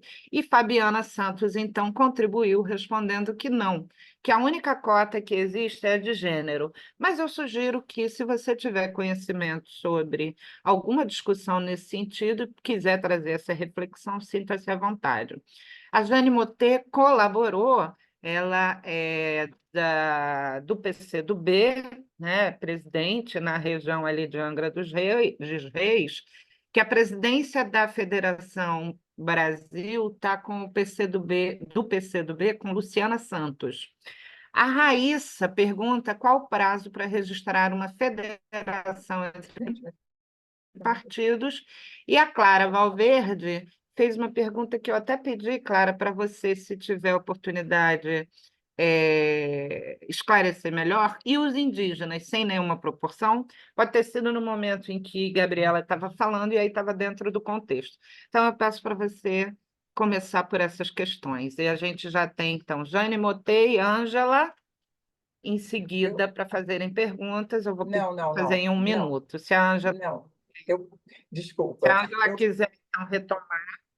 Sim, eu queria apenas agradecer a sua palestra, que realmente foi muito, contribuiu bastante para conhecimento, tá? De todas nós sobre essa questão. Eu não tenho nenhuma pergunta, não, mas quero isso, antes mesmo de você iniciar as perguntas, dizer que nós estamos com as pessoas bastante interessadas, mulheres bastante interessadas, e esse conjunto de perguntas demonstra, né, esse interesse, Gabriela. Então, muito obrigada, tá, por todo o seu tempo e por você ter feito uma palestra bastante significativa. Obrigada. Beijos. Obrigada, obrigada. Bom, vamos lá, vamos ver se eu entendi as perguntas, mas depois elas podem refazer. Eu vou começar pela questão da federação, da presidência. O que eu compartilhei aí é a tela do TSE. Então, no TSE, o que consta no TSE hoje é que a presidente nacional da Federação Brasil da Esperança é a Gleisi Hoffmann. Pode ser que ainda não foi atualizado no TSE, né? Essa alteração de presidência da federação, mas eu acabei de até de entrar aqui de novo para conferir, falar, vai que hoje mudou, mas no site permanece, tá? Então, na minha apresentação do PowerPoint, eu fiz um print screen mesmo, copia e cola exatamente do site do TSE. Então, eu sempre me miro para apresentar as informações aqui pelo que eu tiro do site do TSE, que para mim é o oficial, né? Mas se a colega aí tiver outra informação, talvez ainda não tenha sido formalizado no tribunal. Não existe essa cota para a juventude na federação vai depender, eu não conheço a fundo os estatutos de cada federação. A lei não estabelece cota para a juventude. Hoje, o que tem na lei, né, na nossa lei nacional, e por jurisprudência também, por resoluções do TSE, nós temos cotas de reserva de candidatura para mulheres, no mínimo 30%. Nós temos cotas de financiamento de campanha e de espaço na propaganda eleitoral gratuita no rádio e na TV para mulheres, no mínimo de 30%, e para pessoas negras, de acordo com o número de candidaturas de pessoas negras. Por que eu falo que é de acordo com o número de candidaturas de pessoas negras? Porque como a lei não diz que tem que ter um mínimo de 30%, por exemplo, é diferente, a lei diz que mulher tem que ter no mínimo 30% de candidatas nas eleições proporcionais, certo? E vamos lembrar, só nas eleições proporcionais, porque no majoritário, se um partido quiser ou uma federação quiser só colocar homem branco para majoritário, infelizmente ele pode. Porque a nossa cota de reserva de candidatura serve apenas para as eleições proporcionais, que é vereadoras e deputadas. Então, só nas proporcionais que vereadoras e deputadas têm direitos. A lei diz isso, mas a lei não diz que tem que ter no mínimo um X% de candidaturas de pessoas negras. Então, pode acontecer que um partido não tenha nenhuma candidatura negra, entendeu? E ele não vai ter nenhuma penalidade, porque ele não é obrigado a ter. Ou pode ser que um partido tenha 100% de candidaturas negras, vai depender do partido. E por isso que a jurisprudência hoje determina, né, por decisão do TSE, e depois que foi referendada pelo STF, que depois que você faz a divisão de gênero, né, X% para mulheres, X% para homens de recursos de campanha, veja quanto por cento de homens e quanto por cento de mulheres. Vai depender, cada partido pode ter apresentado um número diferente de candidaturas de mulheres negras e de homens negros. Entendeu? Então, quanto por cento é mulheres negras e quanto por cento é homens negros? Então, cada partido vai ter que pode ter apresentado um percentual diferente. Mas a cota para a juventude LGBT seria de acordo com o estatuto do partido ou da federação. Eu vou dar um exemplo que eu conheço do PT, que eu sei que o PT tem no estatuto dele, por exemplo, que metade dos dirigentes partidários tem que ser de mulheres. Tem que ter paridade na direção partidária. Eu sei que tem isso, mas é o estatuto do partido que diz que metade da direção partidária tem que ser de mulheres. Tem lá e eu acho que eles também têm uma cota lá na direção partidária para juventude e tudo mais. Mas outros partidos não têm isso porque é uma coisa do estatuto. Aí vem dentro da autonomia partidária. E a federação também pode ter esse acordo ou não. Mas eu não conheço os estatutos das federações a fundo para dizer isso para vocês, tá? Alguma reflexão sobre este assunto? Tá? Presidência da federação para o PCdoB, qual o prazo para registrar? O prazo para registrar a federação é até a convenção partidária. Então, até a convenção partidária, os partidos em âmbito nacional podem registrar a federação. Eu imagino que isso vai acontecer, isso não está claro na lei, mas isso vai acontecer sempre quando tiver eleição nacional, né? Porque é quando os partidos em âmbito nacional se reúnem para decidir ali a lógica do. Que mais? Os indígenas. Eu acho que desses indígenas sem nenhuma proporção, quer dizer que eles não têm cota, né? Hoje a gente tem a proporção que a gente tem hoje no parlamento, na Câmara Federal, a gente tem 5 indígenas, né? Na Câmara Federal. É uma proporção muito baixa, mas a gente não tem cota para indígena também. Questão de financiamento de campanhas nas eleições proporcionais. Então, cada partido vai continuar, que os partidos continuam recebendo. Tá, então vamos lá. Eu vou ler a primeira pergunta para falar para vocês. Eu gostaria de perguntar sobre a questão do financiamento das campanhas nas federações nas eleições proporcionais. A distribuição de cada partido que compõe a federação segue como? Cada partido vai continuar recebendo a sua cota de fundo partidário e sua cota de financiamento de FEFEC, né? De Fundo Especial de Financiamento de Campanha. Eles se unem em federação para poder conseguir atingir aquele percentual na Câmara dos Deputados de votos que eles precisam ou de deputados eleitos que eles precisam para poder continuar tendo acesso ao fundo partidário. Mas na distribuição do fundo é individual. E a distribuição do Fundo Especial de Financiamento de Campanha também é individual. Eles só vão ter... eles se unem em federação para ter acesso a esse fundo, mas eles continuam tendo autonomia partidária e continuam tendo a distribuição do fundo individualmente. Essa é a lógica, tá? E a outra pergunta que foi feita aqui é quanto às cláusulas de restrições, se elas se desdobram para os municípios, de que forma isso se dá realmente, não ficou claro para mim. Essas cláusulas de restrições com relação ao acesso ao fundo, elas são direcionadas para os partidos políticos, porque como é que o partido político ele distribui o fundo? Ele que tem acesso ao fundo e ele distribui para as candidatas, ou ele distribui para os diretórios estaduais, né? Para os diretórios municipais, mas quem tem acesso ao fundo é o Diretório Nacional, e esse fundo vai ser distribuído para as demais instâncias. Então, o Diretório Nacional, se ele tiver uma restrição de acesso ao fundo partidário, isso vai naturalmente implicar nos estados e nos municípios. Suponha que um partido... que não existe mais aquele partido lá que tinha do Enéas, esqueci o nome. Aquele partido lá que tinha Prona, né? Era alguma coisa assim, Prona. Então, a Prona não teve nenhum deputado eleito, não tem acesso ao fundo partidário. Ele não vai receber no âmbito nacional e os diretórios estaduais e municipais desse partido também não vão receber fundo partidário, porque a lógica de quem recebe o fundo partidário vai para o nacional e depois é redistribuído para as instâncias inferiores. Então, isso afeta. Mas como você sabe se um partido vai ter acesso ou não ao fundo? Quanto mais fundo o partido vai ter acesso, quanto mais votos ele tiver na Câmara dos Deputados, no Congresso Nacional e no Senado Federal, no caso do FEFEC. Acho que é isso. Tem mais perguntas? Oi. Bom, eu dei uma atropelada logo depois da sua fala, foi ótimo, Ângela Fontes, retomar, mas realmente muito obrigada, que eu fico sempre preocupada com a hora também, e a gente tinha combinado, né, um tempo. Obrigada, Ângela, e mais uma vez parabéns, Gabriela.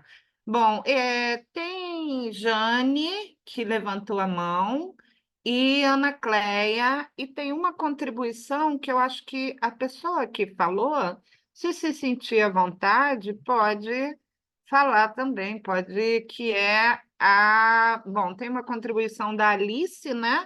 Dizendo aqui que no diretório, ela é de Rio das Ostras, a cota vai ser de homens.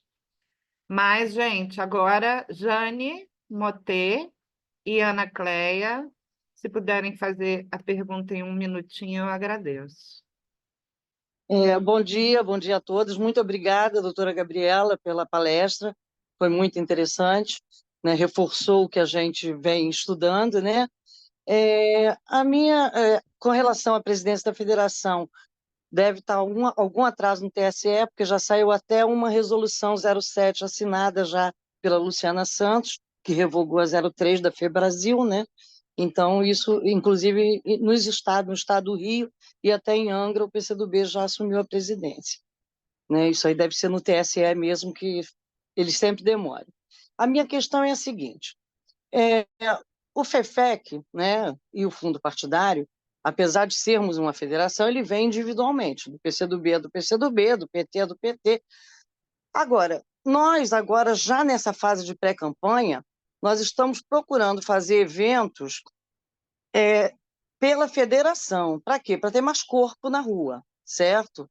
juntar os partidos e divulgar a nossa federação, porque os candidatos vão ser candidatos da federação, né? Apesar do número vir seguindo o partido, mas são candidatos da federação. E, para a gente fazer isso, a gente se cotiza. Cada partido, né, faz uma vaquinha entre os filiados, tal, né? Nós vamos, no dia 8 de março, ter um evento grande na praça aqui, já estamos preparando o 13 de maio. Como fica isso? A gente tem que abrir uma conta da federação, a gente pode fazer isso assim, extraoficialmente mesmo, a gente não vai ser cobrado depois. Ah, a federação estava com um evento na rua. Como que financiou esse evento? Essa é a nossa dúvida. Os partidos eles podem, porque como eles são parte da federação, eles podem cada um contribuir de uma forma X para a federação, usando inclusive as suas próprias contas, né?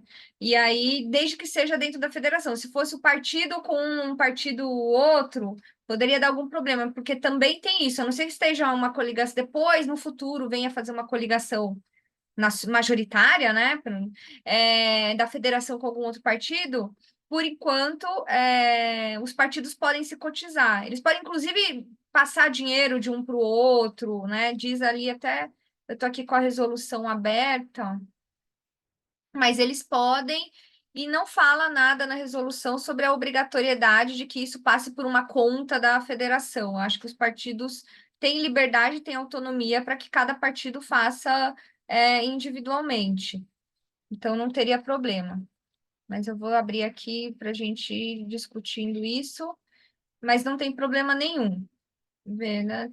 Até eu coloquei aqui nos slides, né, que cada partido vai manter a sua autonomia, que as prestações de contas vão ser calculadas de acordo com a prestação de contas de cada partido, né, em um dos slides que eu coloquei aqui para vocês. Deixa eu ver se eu acho aqui.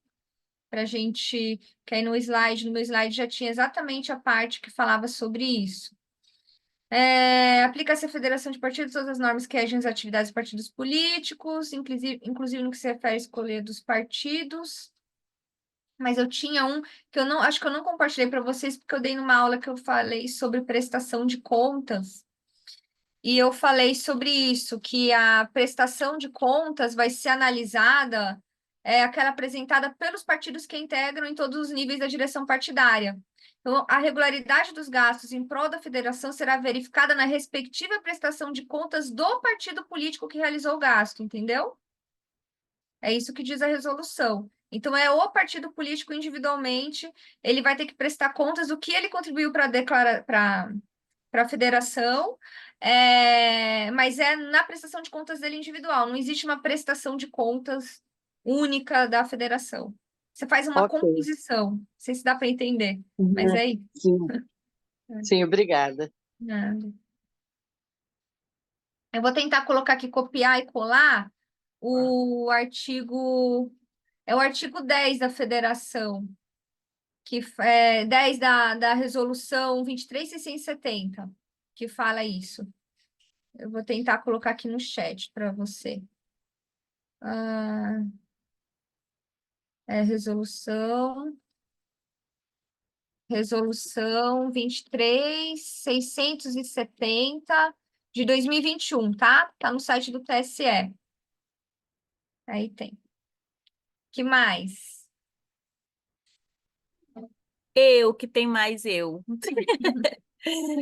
Gente, primeiramente, bom dia, né? Agradeço demais pela aula maravilhosa com a Gabriela. A gente sempre aprende mais um pouquinho.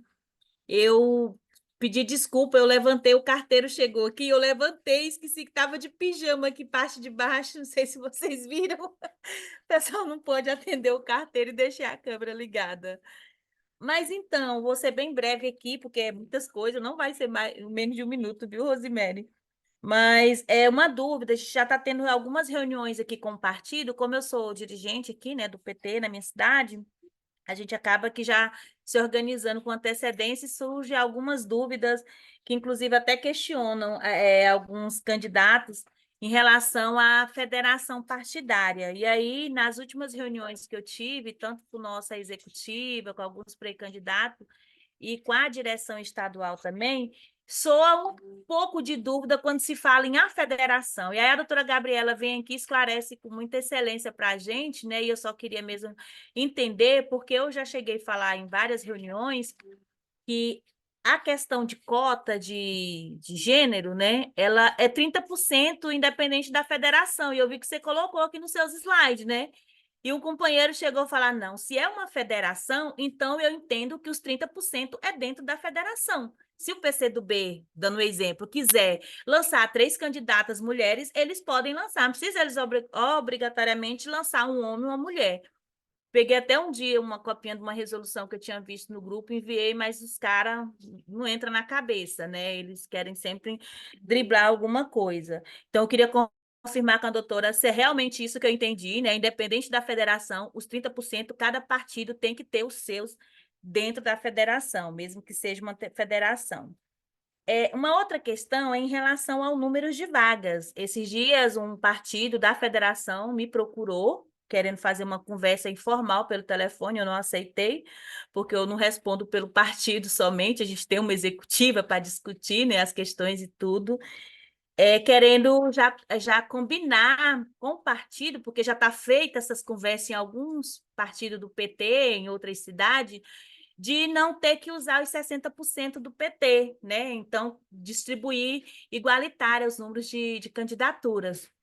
Falei, não, a gente tem os 60% na federação, eu não sei se vai ter alguma mudança, a gente precisa amadurecer, conversar com os partidos, né? Aí o que ele me disse foi assim, se vocês quiserem, bem ou não, a gente, se não quiser entrar em acordo, porque o PT de tal lugar já aceitou, a gente vai lançar 8 candidatos, eles 8, o PV vai lançar 8. A gente vai para a convenção e decide na convenção, tipo assim, com um tom de ameaça, né? Que não dependia de nós do PT, ou eu, enquanto presidenta, decidir se aceitaria ou não. Ainda tem mais, e se vocês ficarem com muita coisa, a gente vai lançar candidaturas com mandata e a gente vai para cima mesmo, né? Porque eu entendo que hoje dentro da federação tem um acordo político de quando for filiar alguém com mandato, ou que já teve algum mandato, né, conversar entre essa federação. E a gente teve uma situação assim muito triste no Tocantins, a gente não conseguiu eleger nenhum deputado estadual, nenhum deputado federal. Então, os candidatos que foram eleitos pela federação não tiveram compromisso na campanha. Como você falou, vai ter federação que vão caminhar super bem em estados, a nível nacionalmente, mas vai ter município que a gente vai ser tratorado, né? Então, é importante que a gente eleja pessoas, inclusive, do PT, porque já pensou, a gente faz 2 vereadores e que não seja do nosso partido e sabem que não tem compromisso, né? Defenderam candidatura do Bolsonaro, está aliada ao governo de extrema-direita. Então, toda essa conjuntura a gente vai vivenciar em lugares diferentes, né? E aqui no Tocantins foi isso, horrível. A gente não tem representante nosso, tanto é que a gente está fora de tudo, né? Dos espaços políticos, né? Que só ajeitaram o pessoal dele. Uma outra dúvida numa reunião que a gente teve, se as candidaturas negras e candidaturas indígenas podem usar o mesmo valor de cota para candidaturas negras, né? Que houve uma pergunta, e aí uma outra pessoa respondeu, que inclusive até a secretária de combate ao racismo, ela ficou na dúvida, disse que ia se informar, e falou assim, uai, se o negro, se o indígena tem a pele negra escura, então automaticamente, com certeza, vai entrar na cota de negros, né? Então, assim, são coisas que vai surgindo e a gente fica com medo, porque na eleição passada, porque é a minha dúvida, porque na eleição passada eu não recebi cota para negro. Não recebi. No fundo partidário lá não caiu esse recurso.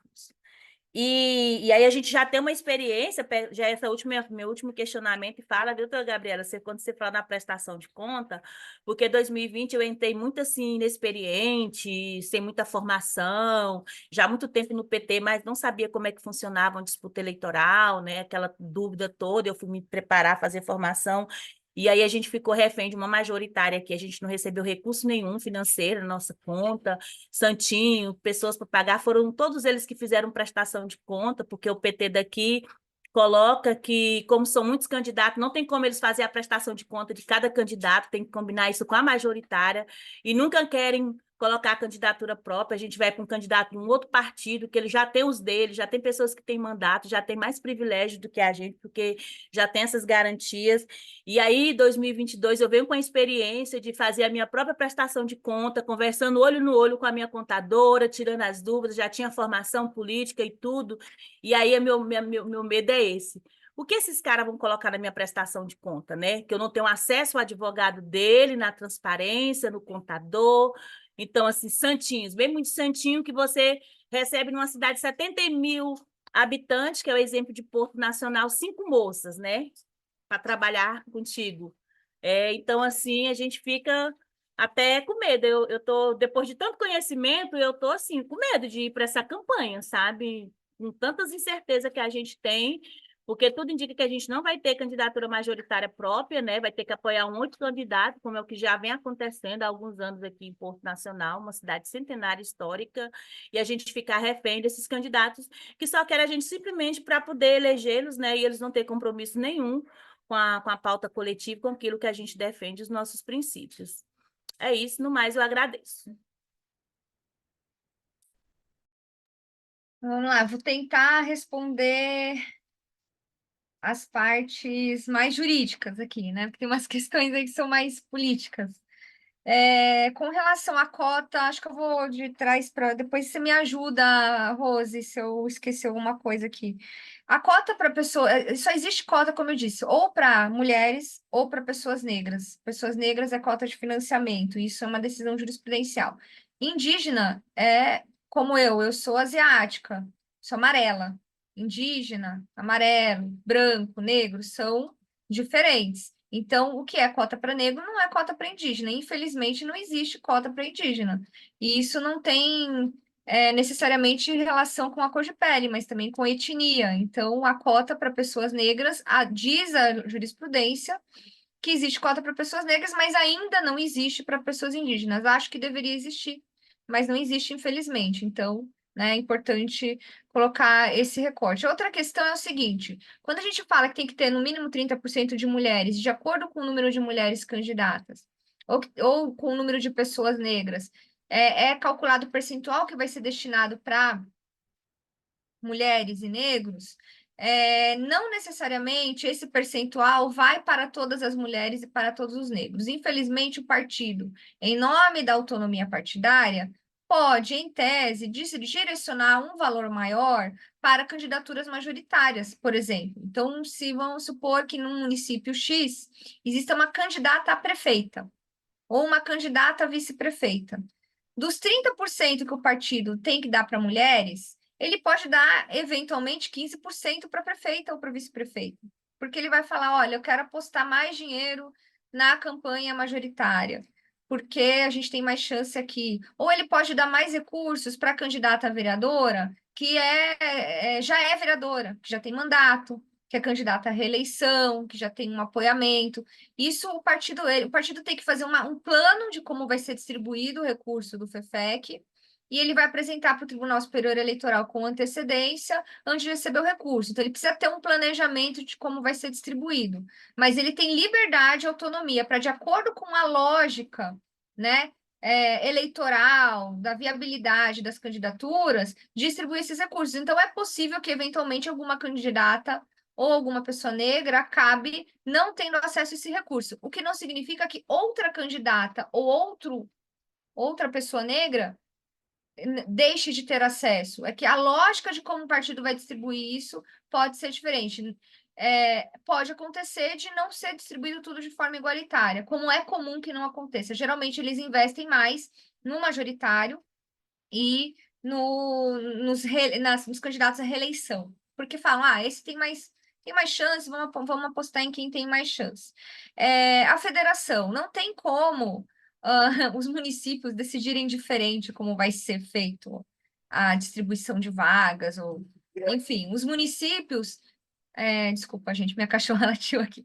Os municípios têm que seguir a lógica do Estatuto Nacional. Acho que até a colega colocou aqui, o nosso estatuto, a Jane, né? Colocou como é que funciona o estatuto da federação lá do Brasil da Esperança.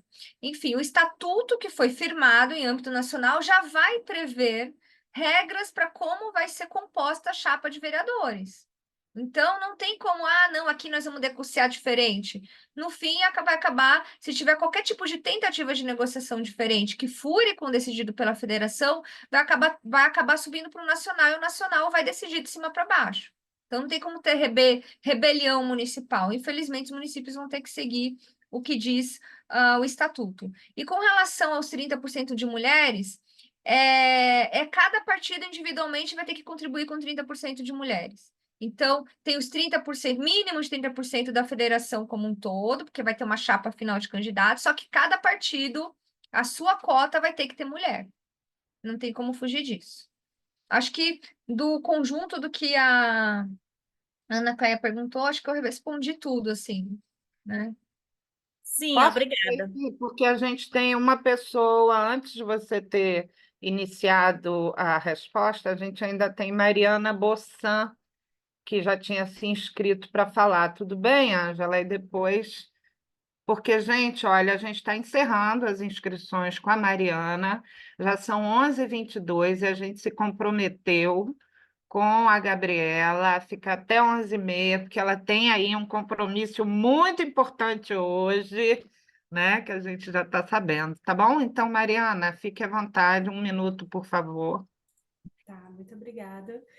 Meu nome é Mariana Bossan, sou de Resende, no estado do Rio, e eu já participo há alguns anos da construção partidária aqui do PSB.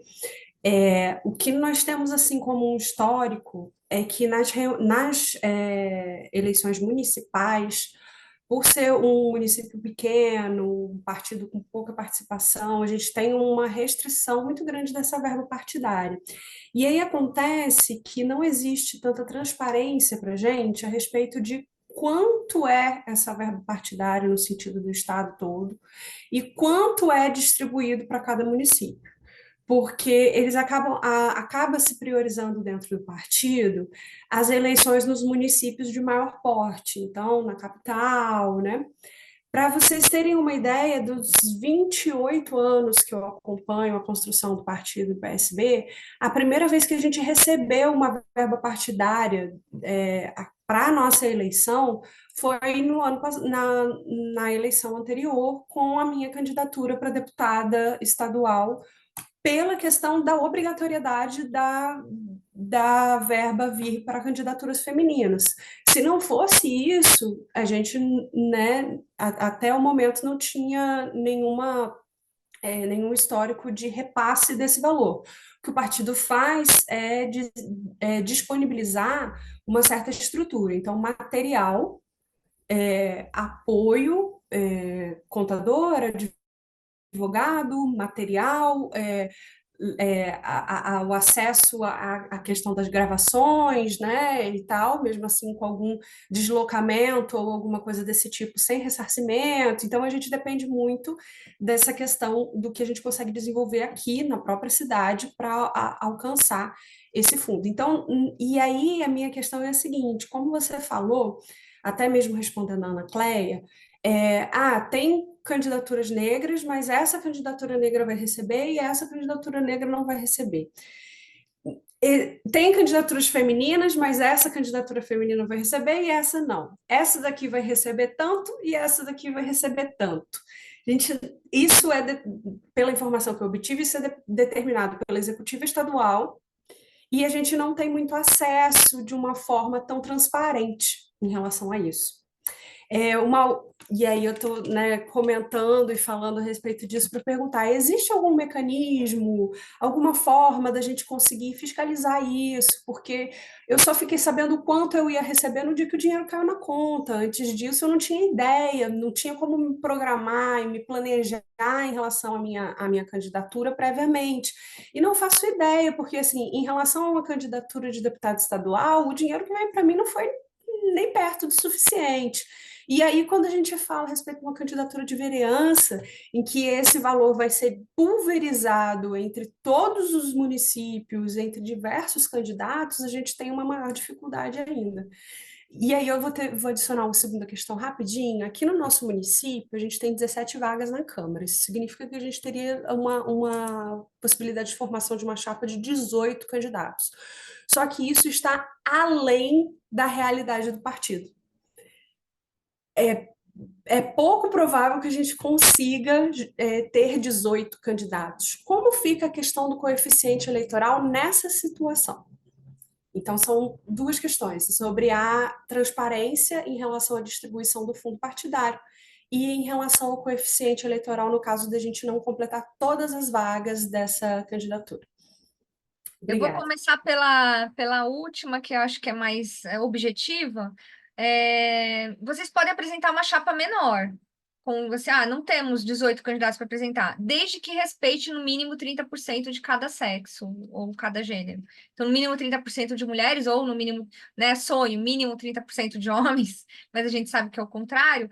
Vou apresentar, não consigo, não tenho uma chapa de 18, vou apresentar 10. Tudo bem, desde que desses 10, 3 sejam mulheres. Então, não tem problema. E aí, talvez a dificuldade seja que na hora de conseguir contar o número de votos do partido, como tem menos candidato, o partido vai fazer menos número de votos pela lógica numérica mesmo, né? Mais candidato fazendo campanha, mais votos. E na hora de você calcular o quociente eleitoral, o volume de votos do partido conta para você fazer mais. Por isso que sempre é bom apresentar a chapa completa.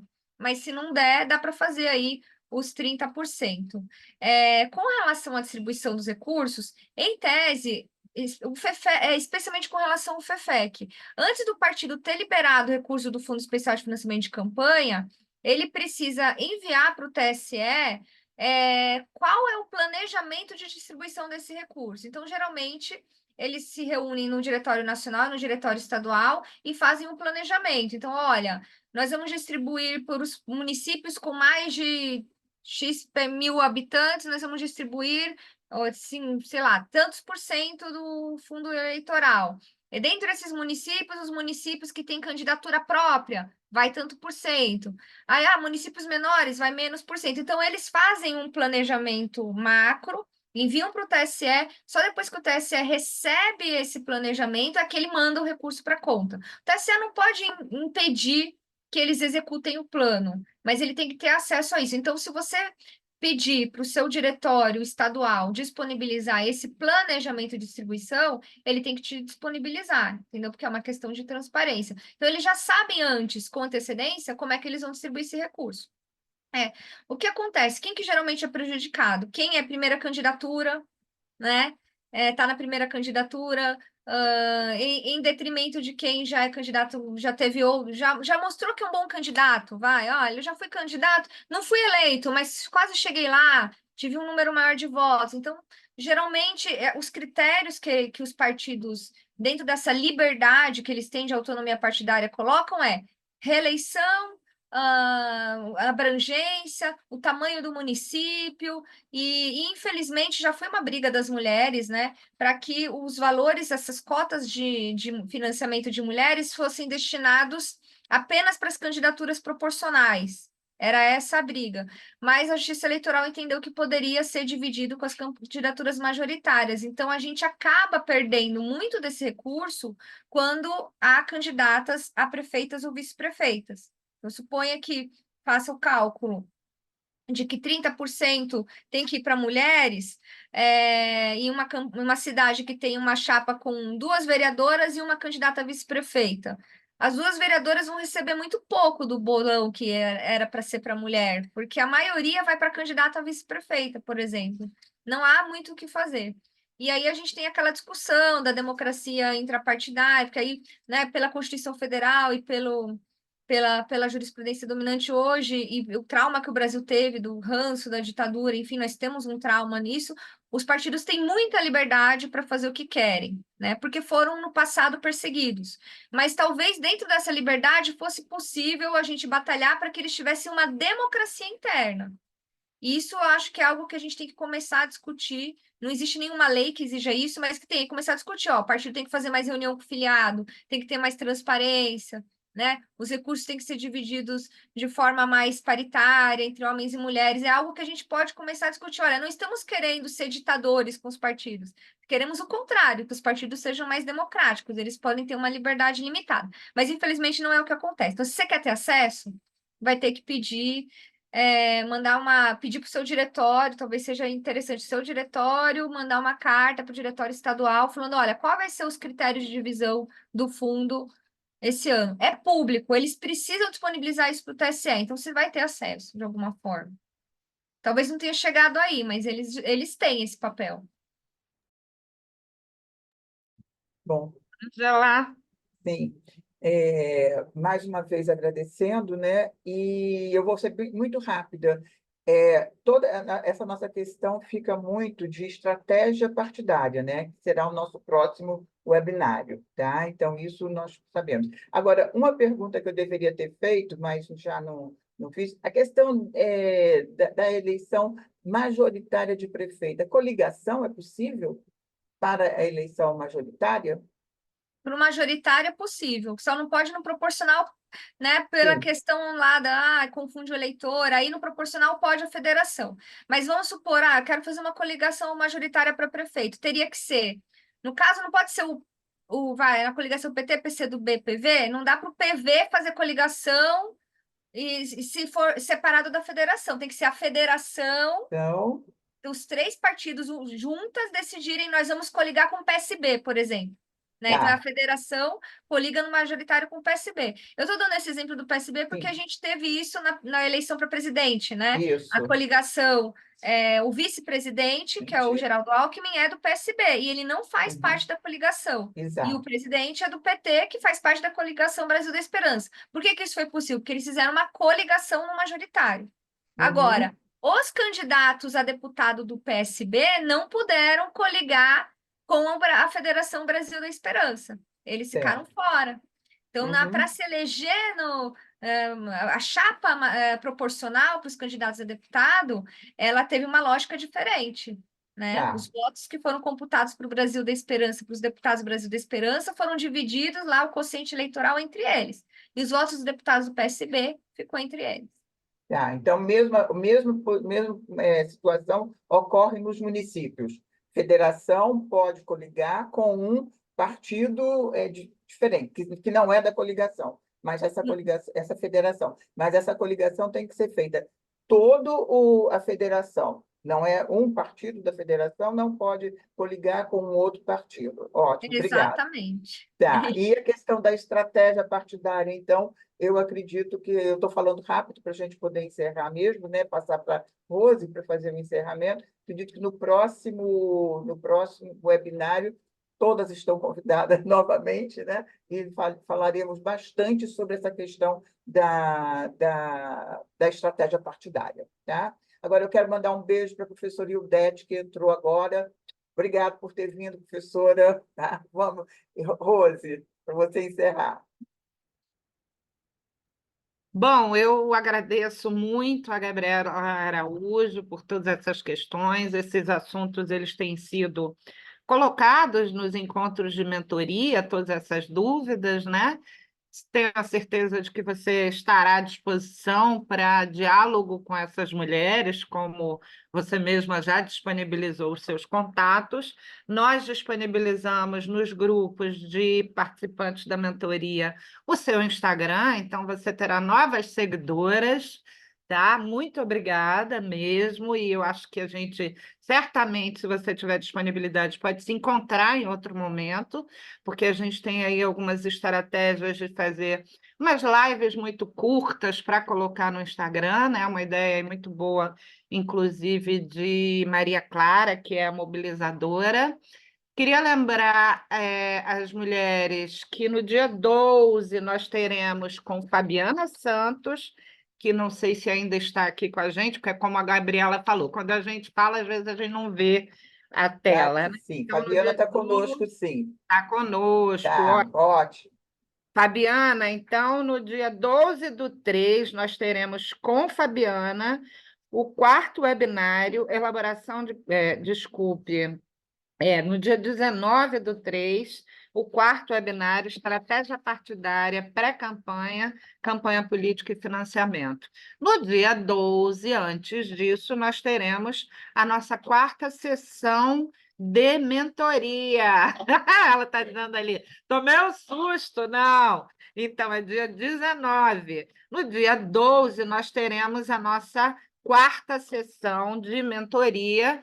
E a mulherada aqui tem um dever de casa que foi passado na última mentoria, que é um canvas, né, de construção do caminho da campanha, né? Então, acho que tem aí muita coisa para ser feita. Cada vez que a gente traz alguém para discutir com a gente, tem sempre várias questões, né? Tem sempre vários temas que vão aí iluminando a caminhada das pré-candidatas, das assessoras, tá?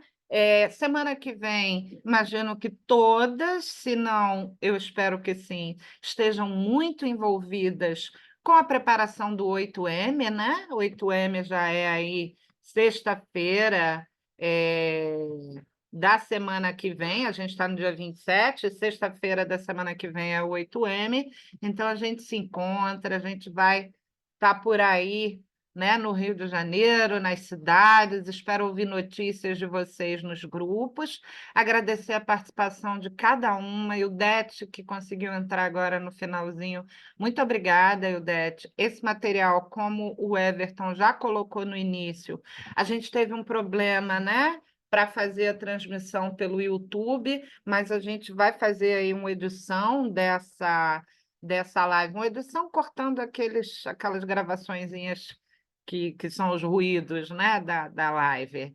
E vamos disponibilizar, como sempre, lá no canal do YouTube. E aí tem, gente, recados de Maria Clara, para, por favor, ainda nesses últimos minutinhos, vocês preencherem a avaliação e também a lista de presença. Gabriela, se você quiser deixar algumas últimas palavras para a gente fechar aqui e te liberar, porque já são 11h40. Eu agradeço e queria pedir que assim que ela terminar, a gente abra todas as câmeras para fazer aquela foto bacana. Eu Todo só mundo queria passando agradecer. batom, passando perfume. Diga, Gabriela. Não, só agradecer a oportunidade de Gabriela, compartilhar aqui dessa troca, compartilhar os conhecimentos, também com as perguntas a gente acaba pensando mais também, né? E é bom ter sempre o contato com as mulheres que estão ali na luta, na linha de frente, porque a gente fica aqui na academia só pensando, mas são vocês que estão aí enfrentando a batalha que é ser mulher nesse ambiente político ainda tão hostil para nós. Então, obrigada e torço pelo sucesso de vocês e contem comigo, tá bom? Obrigada. eu queria só dizer que eu entrei atrasada porque me atrapalhei aqui, eu estou fora do Rio, mas eu adorei o que eu vi, tá? Gabriela, parabéns pelas suas orientações e fala, e porque a fala da Ana Cléia também estava ultra clara, e a gente já se conhece. Muito desculpe o atraso, mas eu estou lá nas terras do Sul, tá? Mas eu volto amanhã. Amanhã de manhã eu estou no Rio. Um beijão. Então, mulheres, vamos abrir as telinhas. Everton ou Maria Clara, vocês podem fazer o print, porque eu não estou com câmera. Eu estou vendo vocês, mas eu, quando abro a câmera, não me vejo.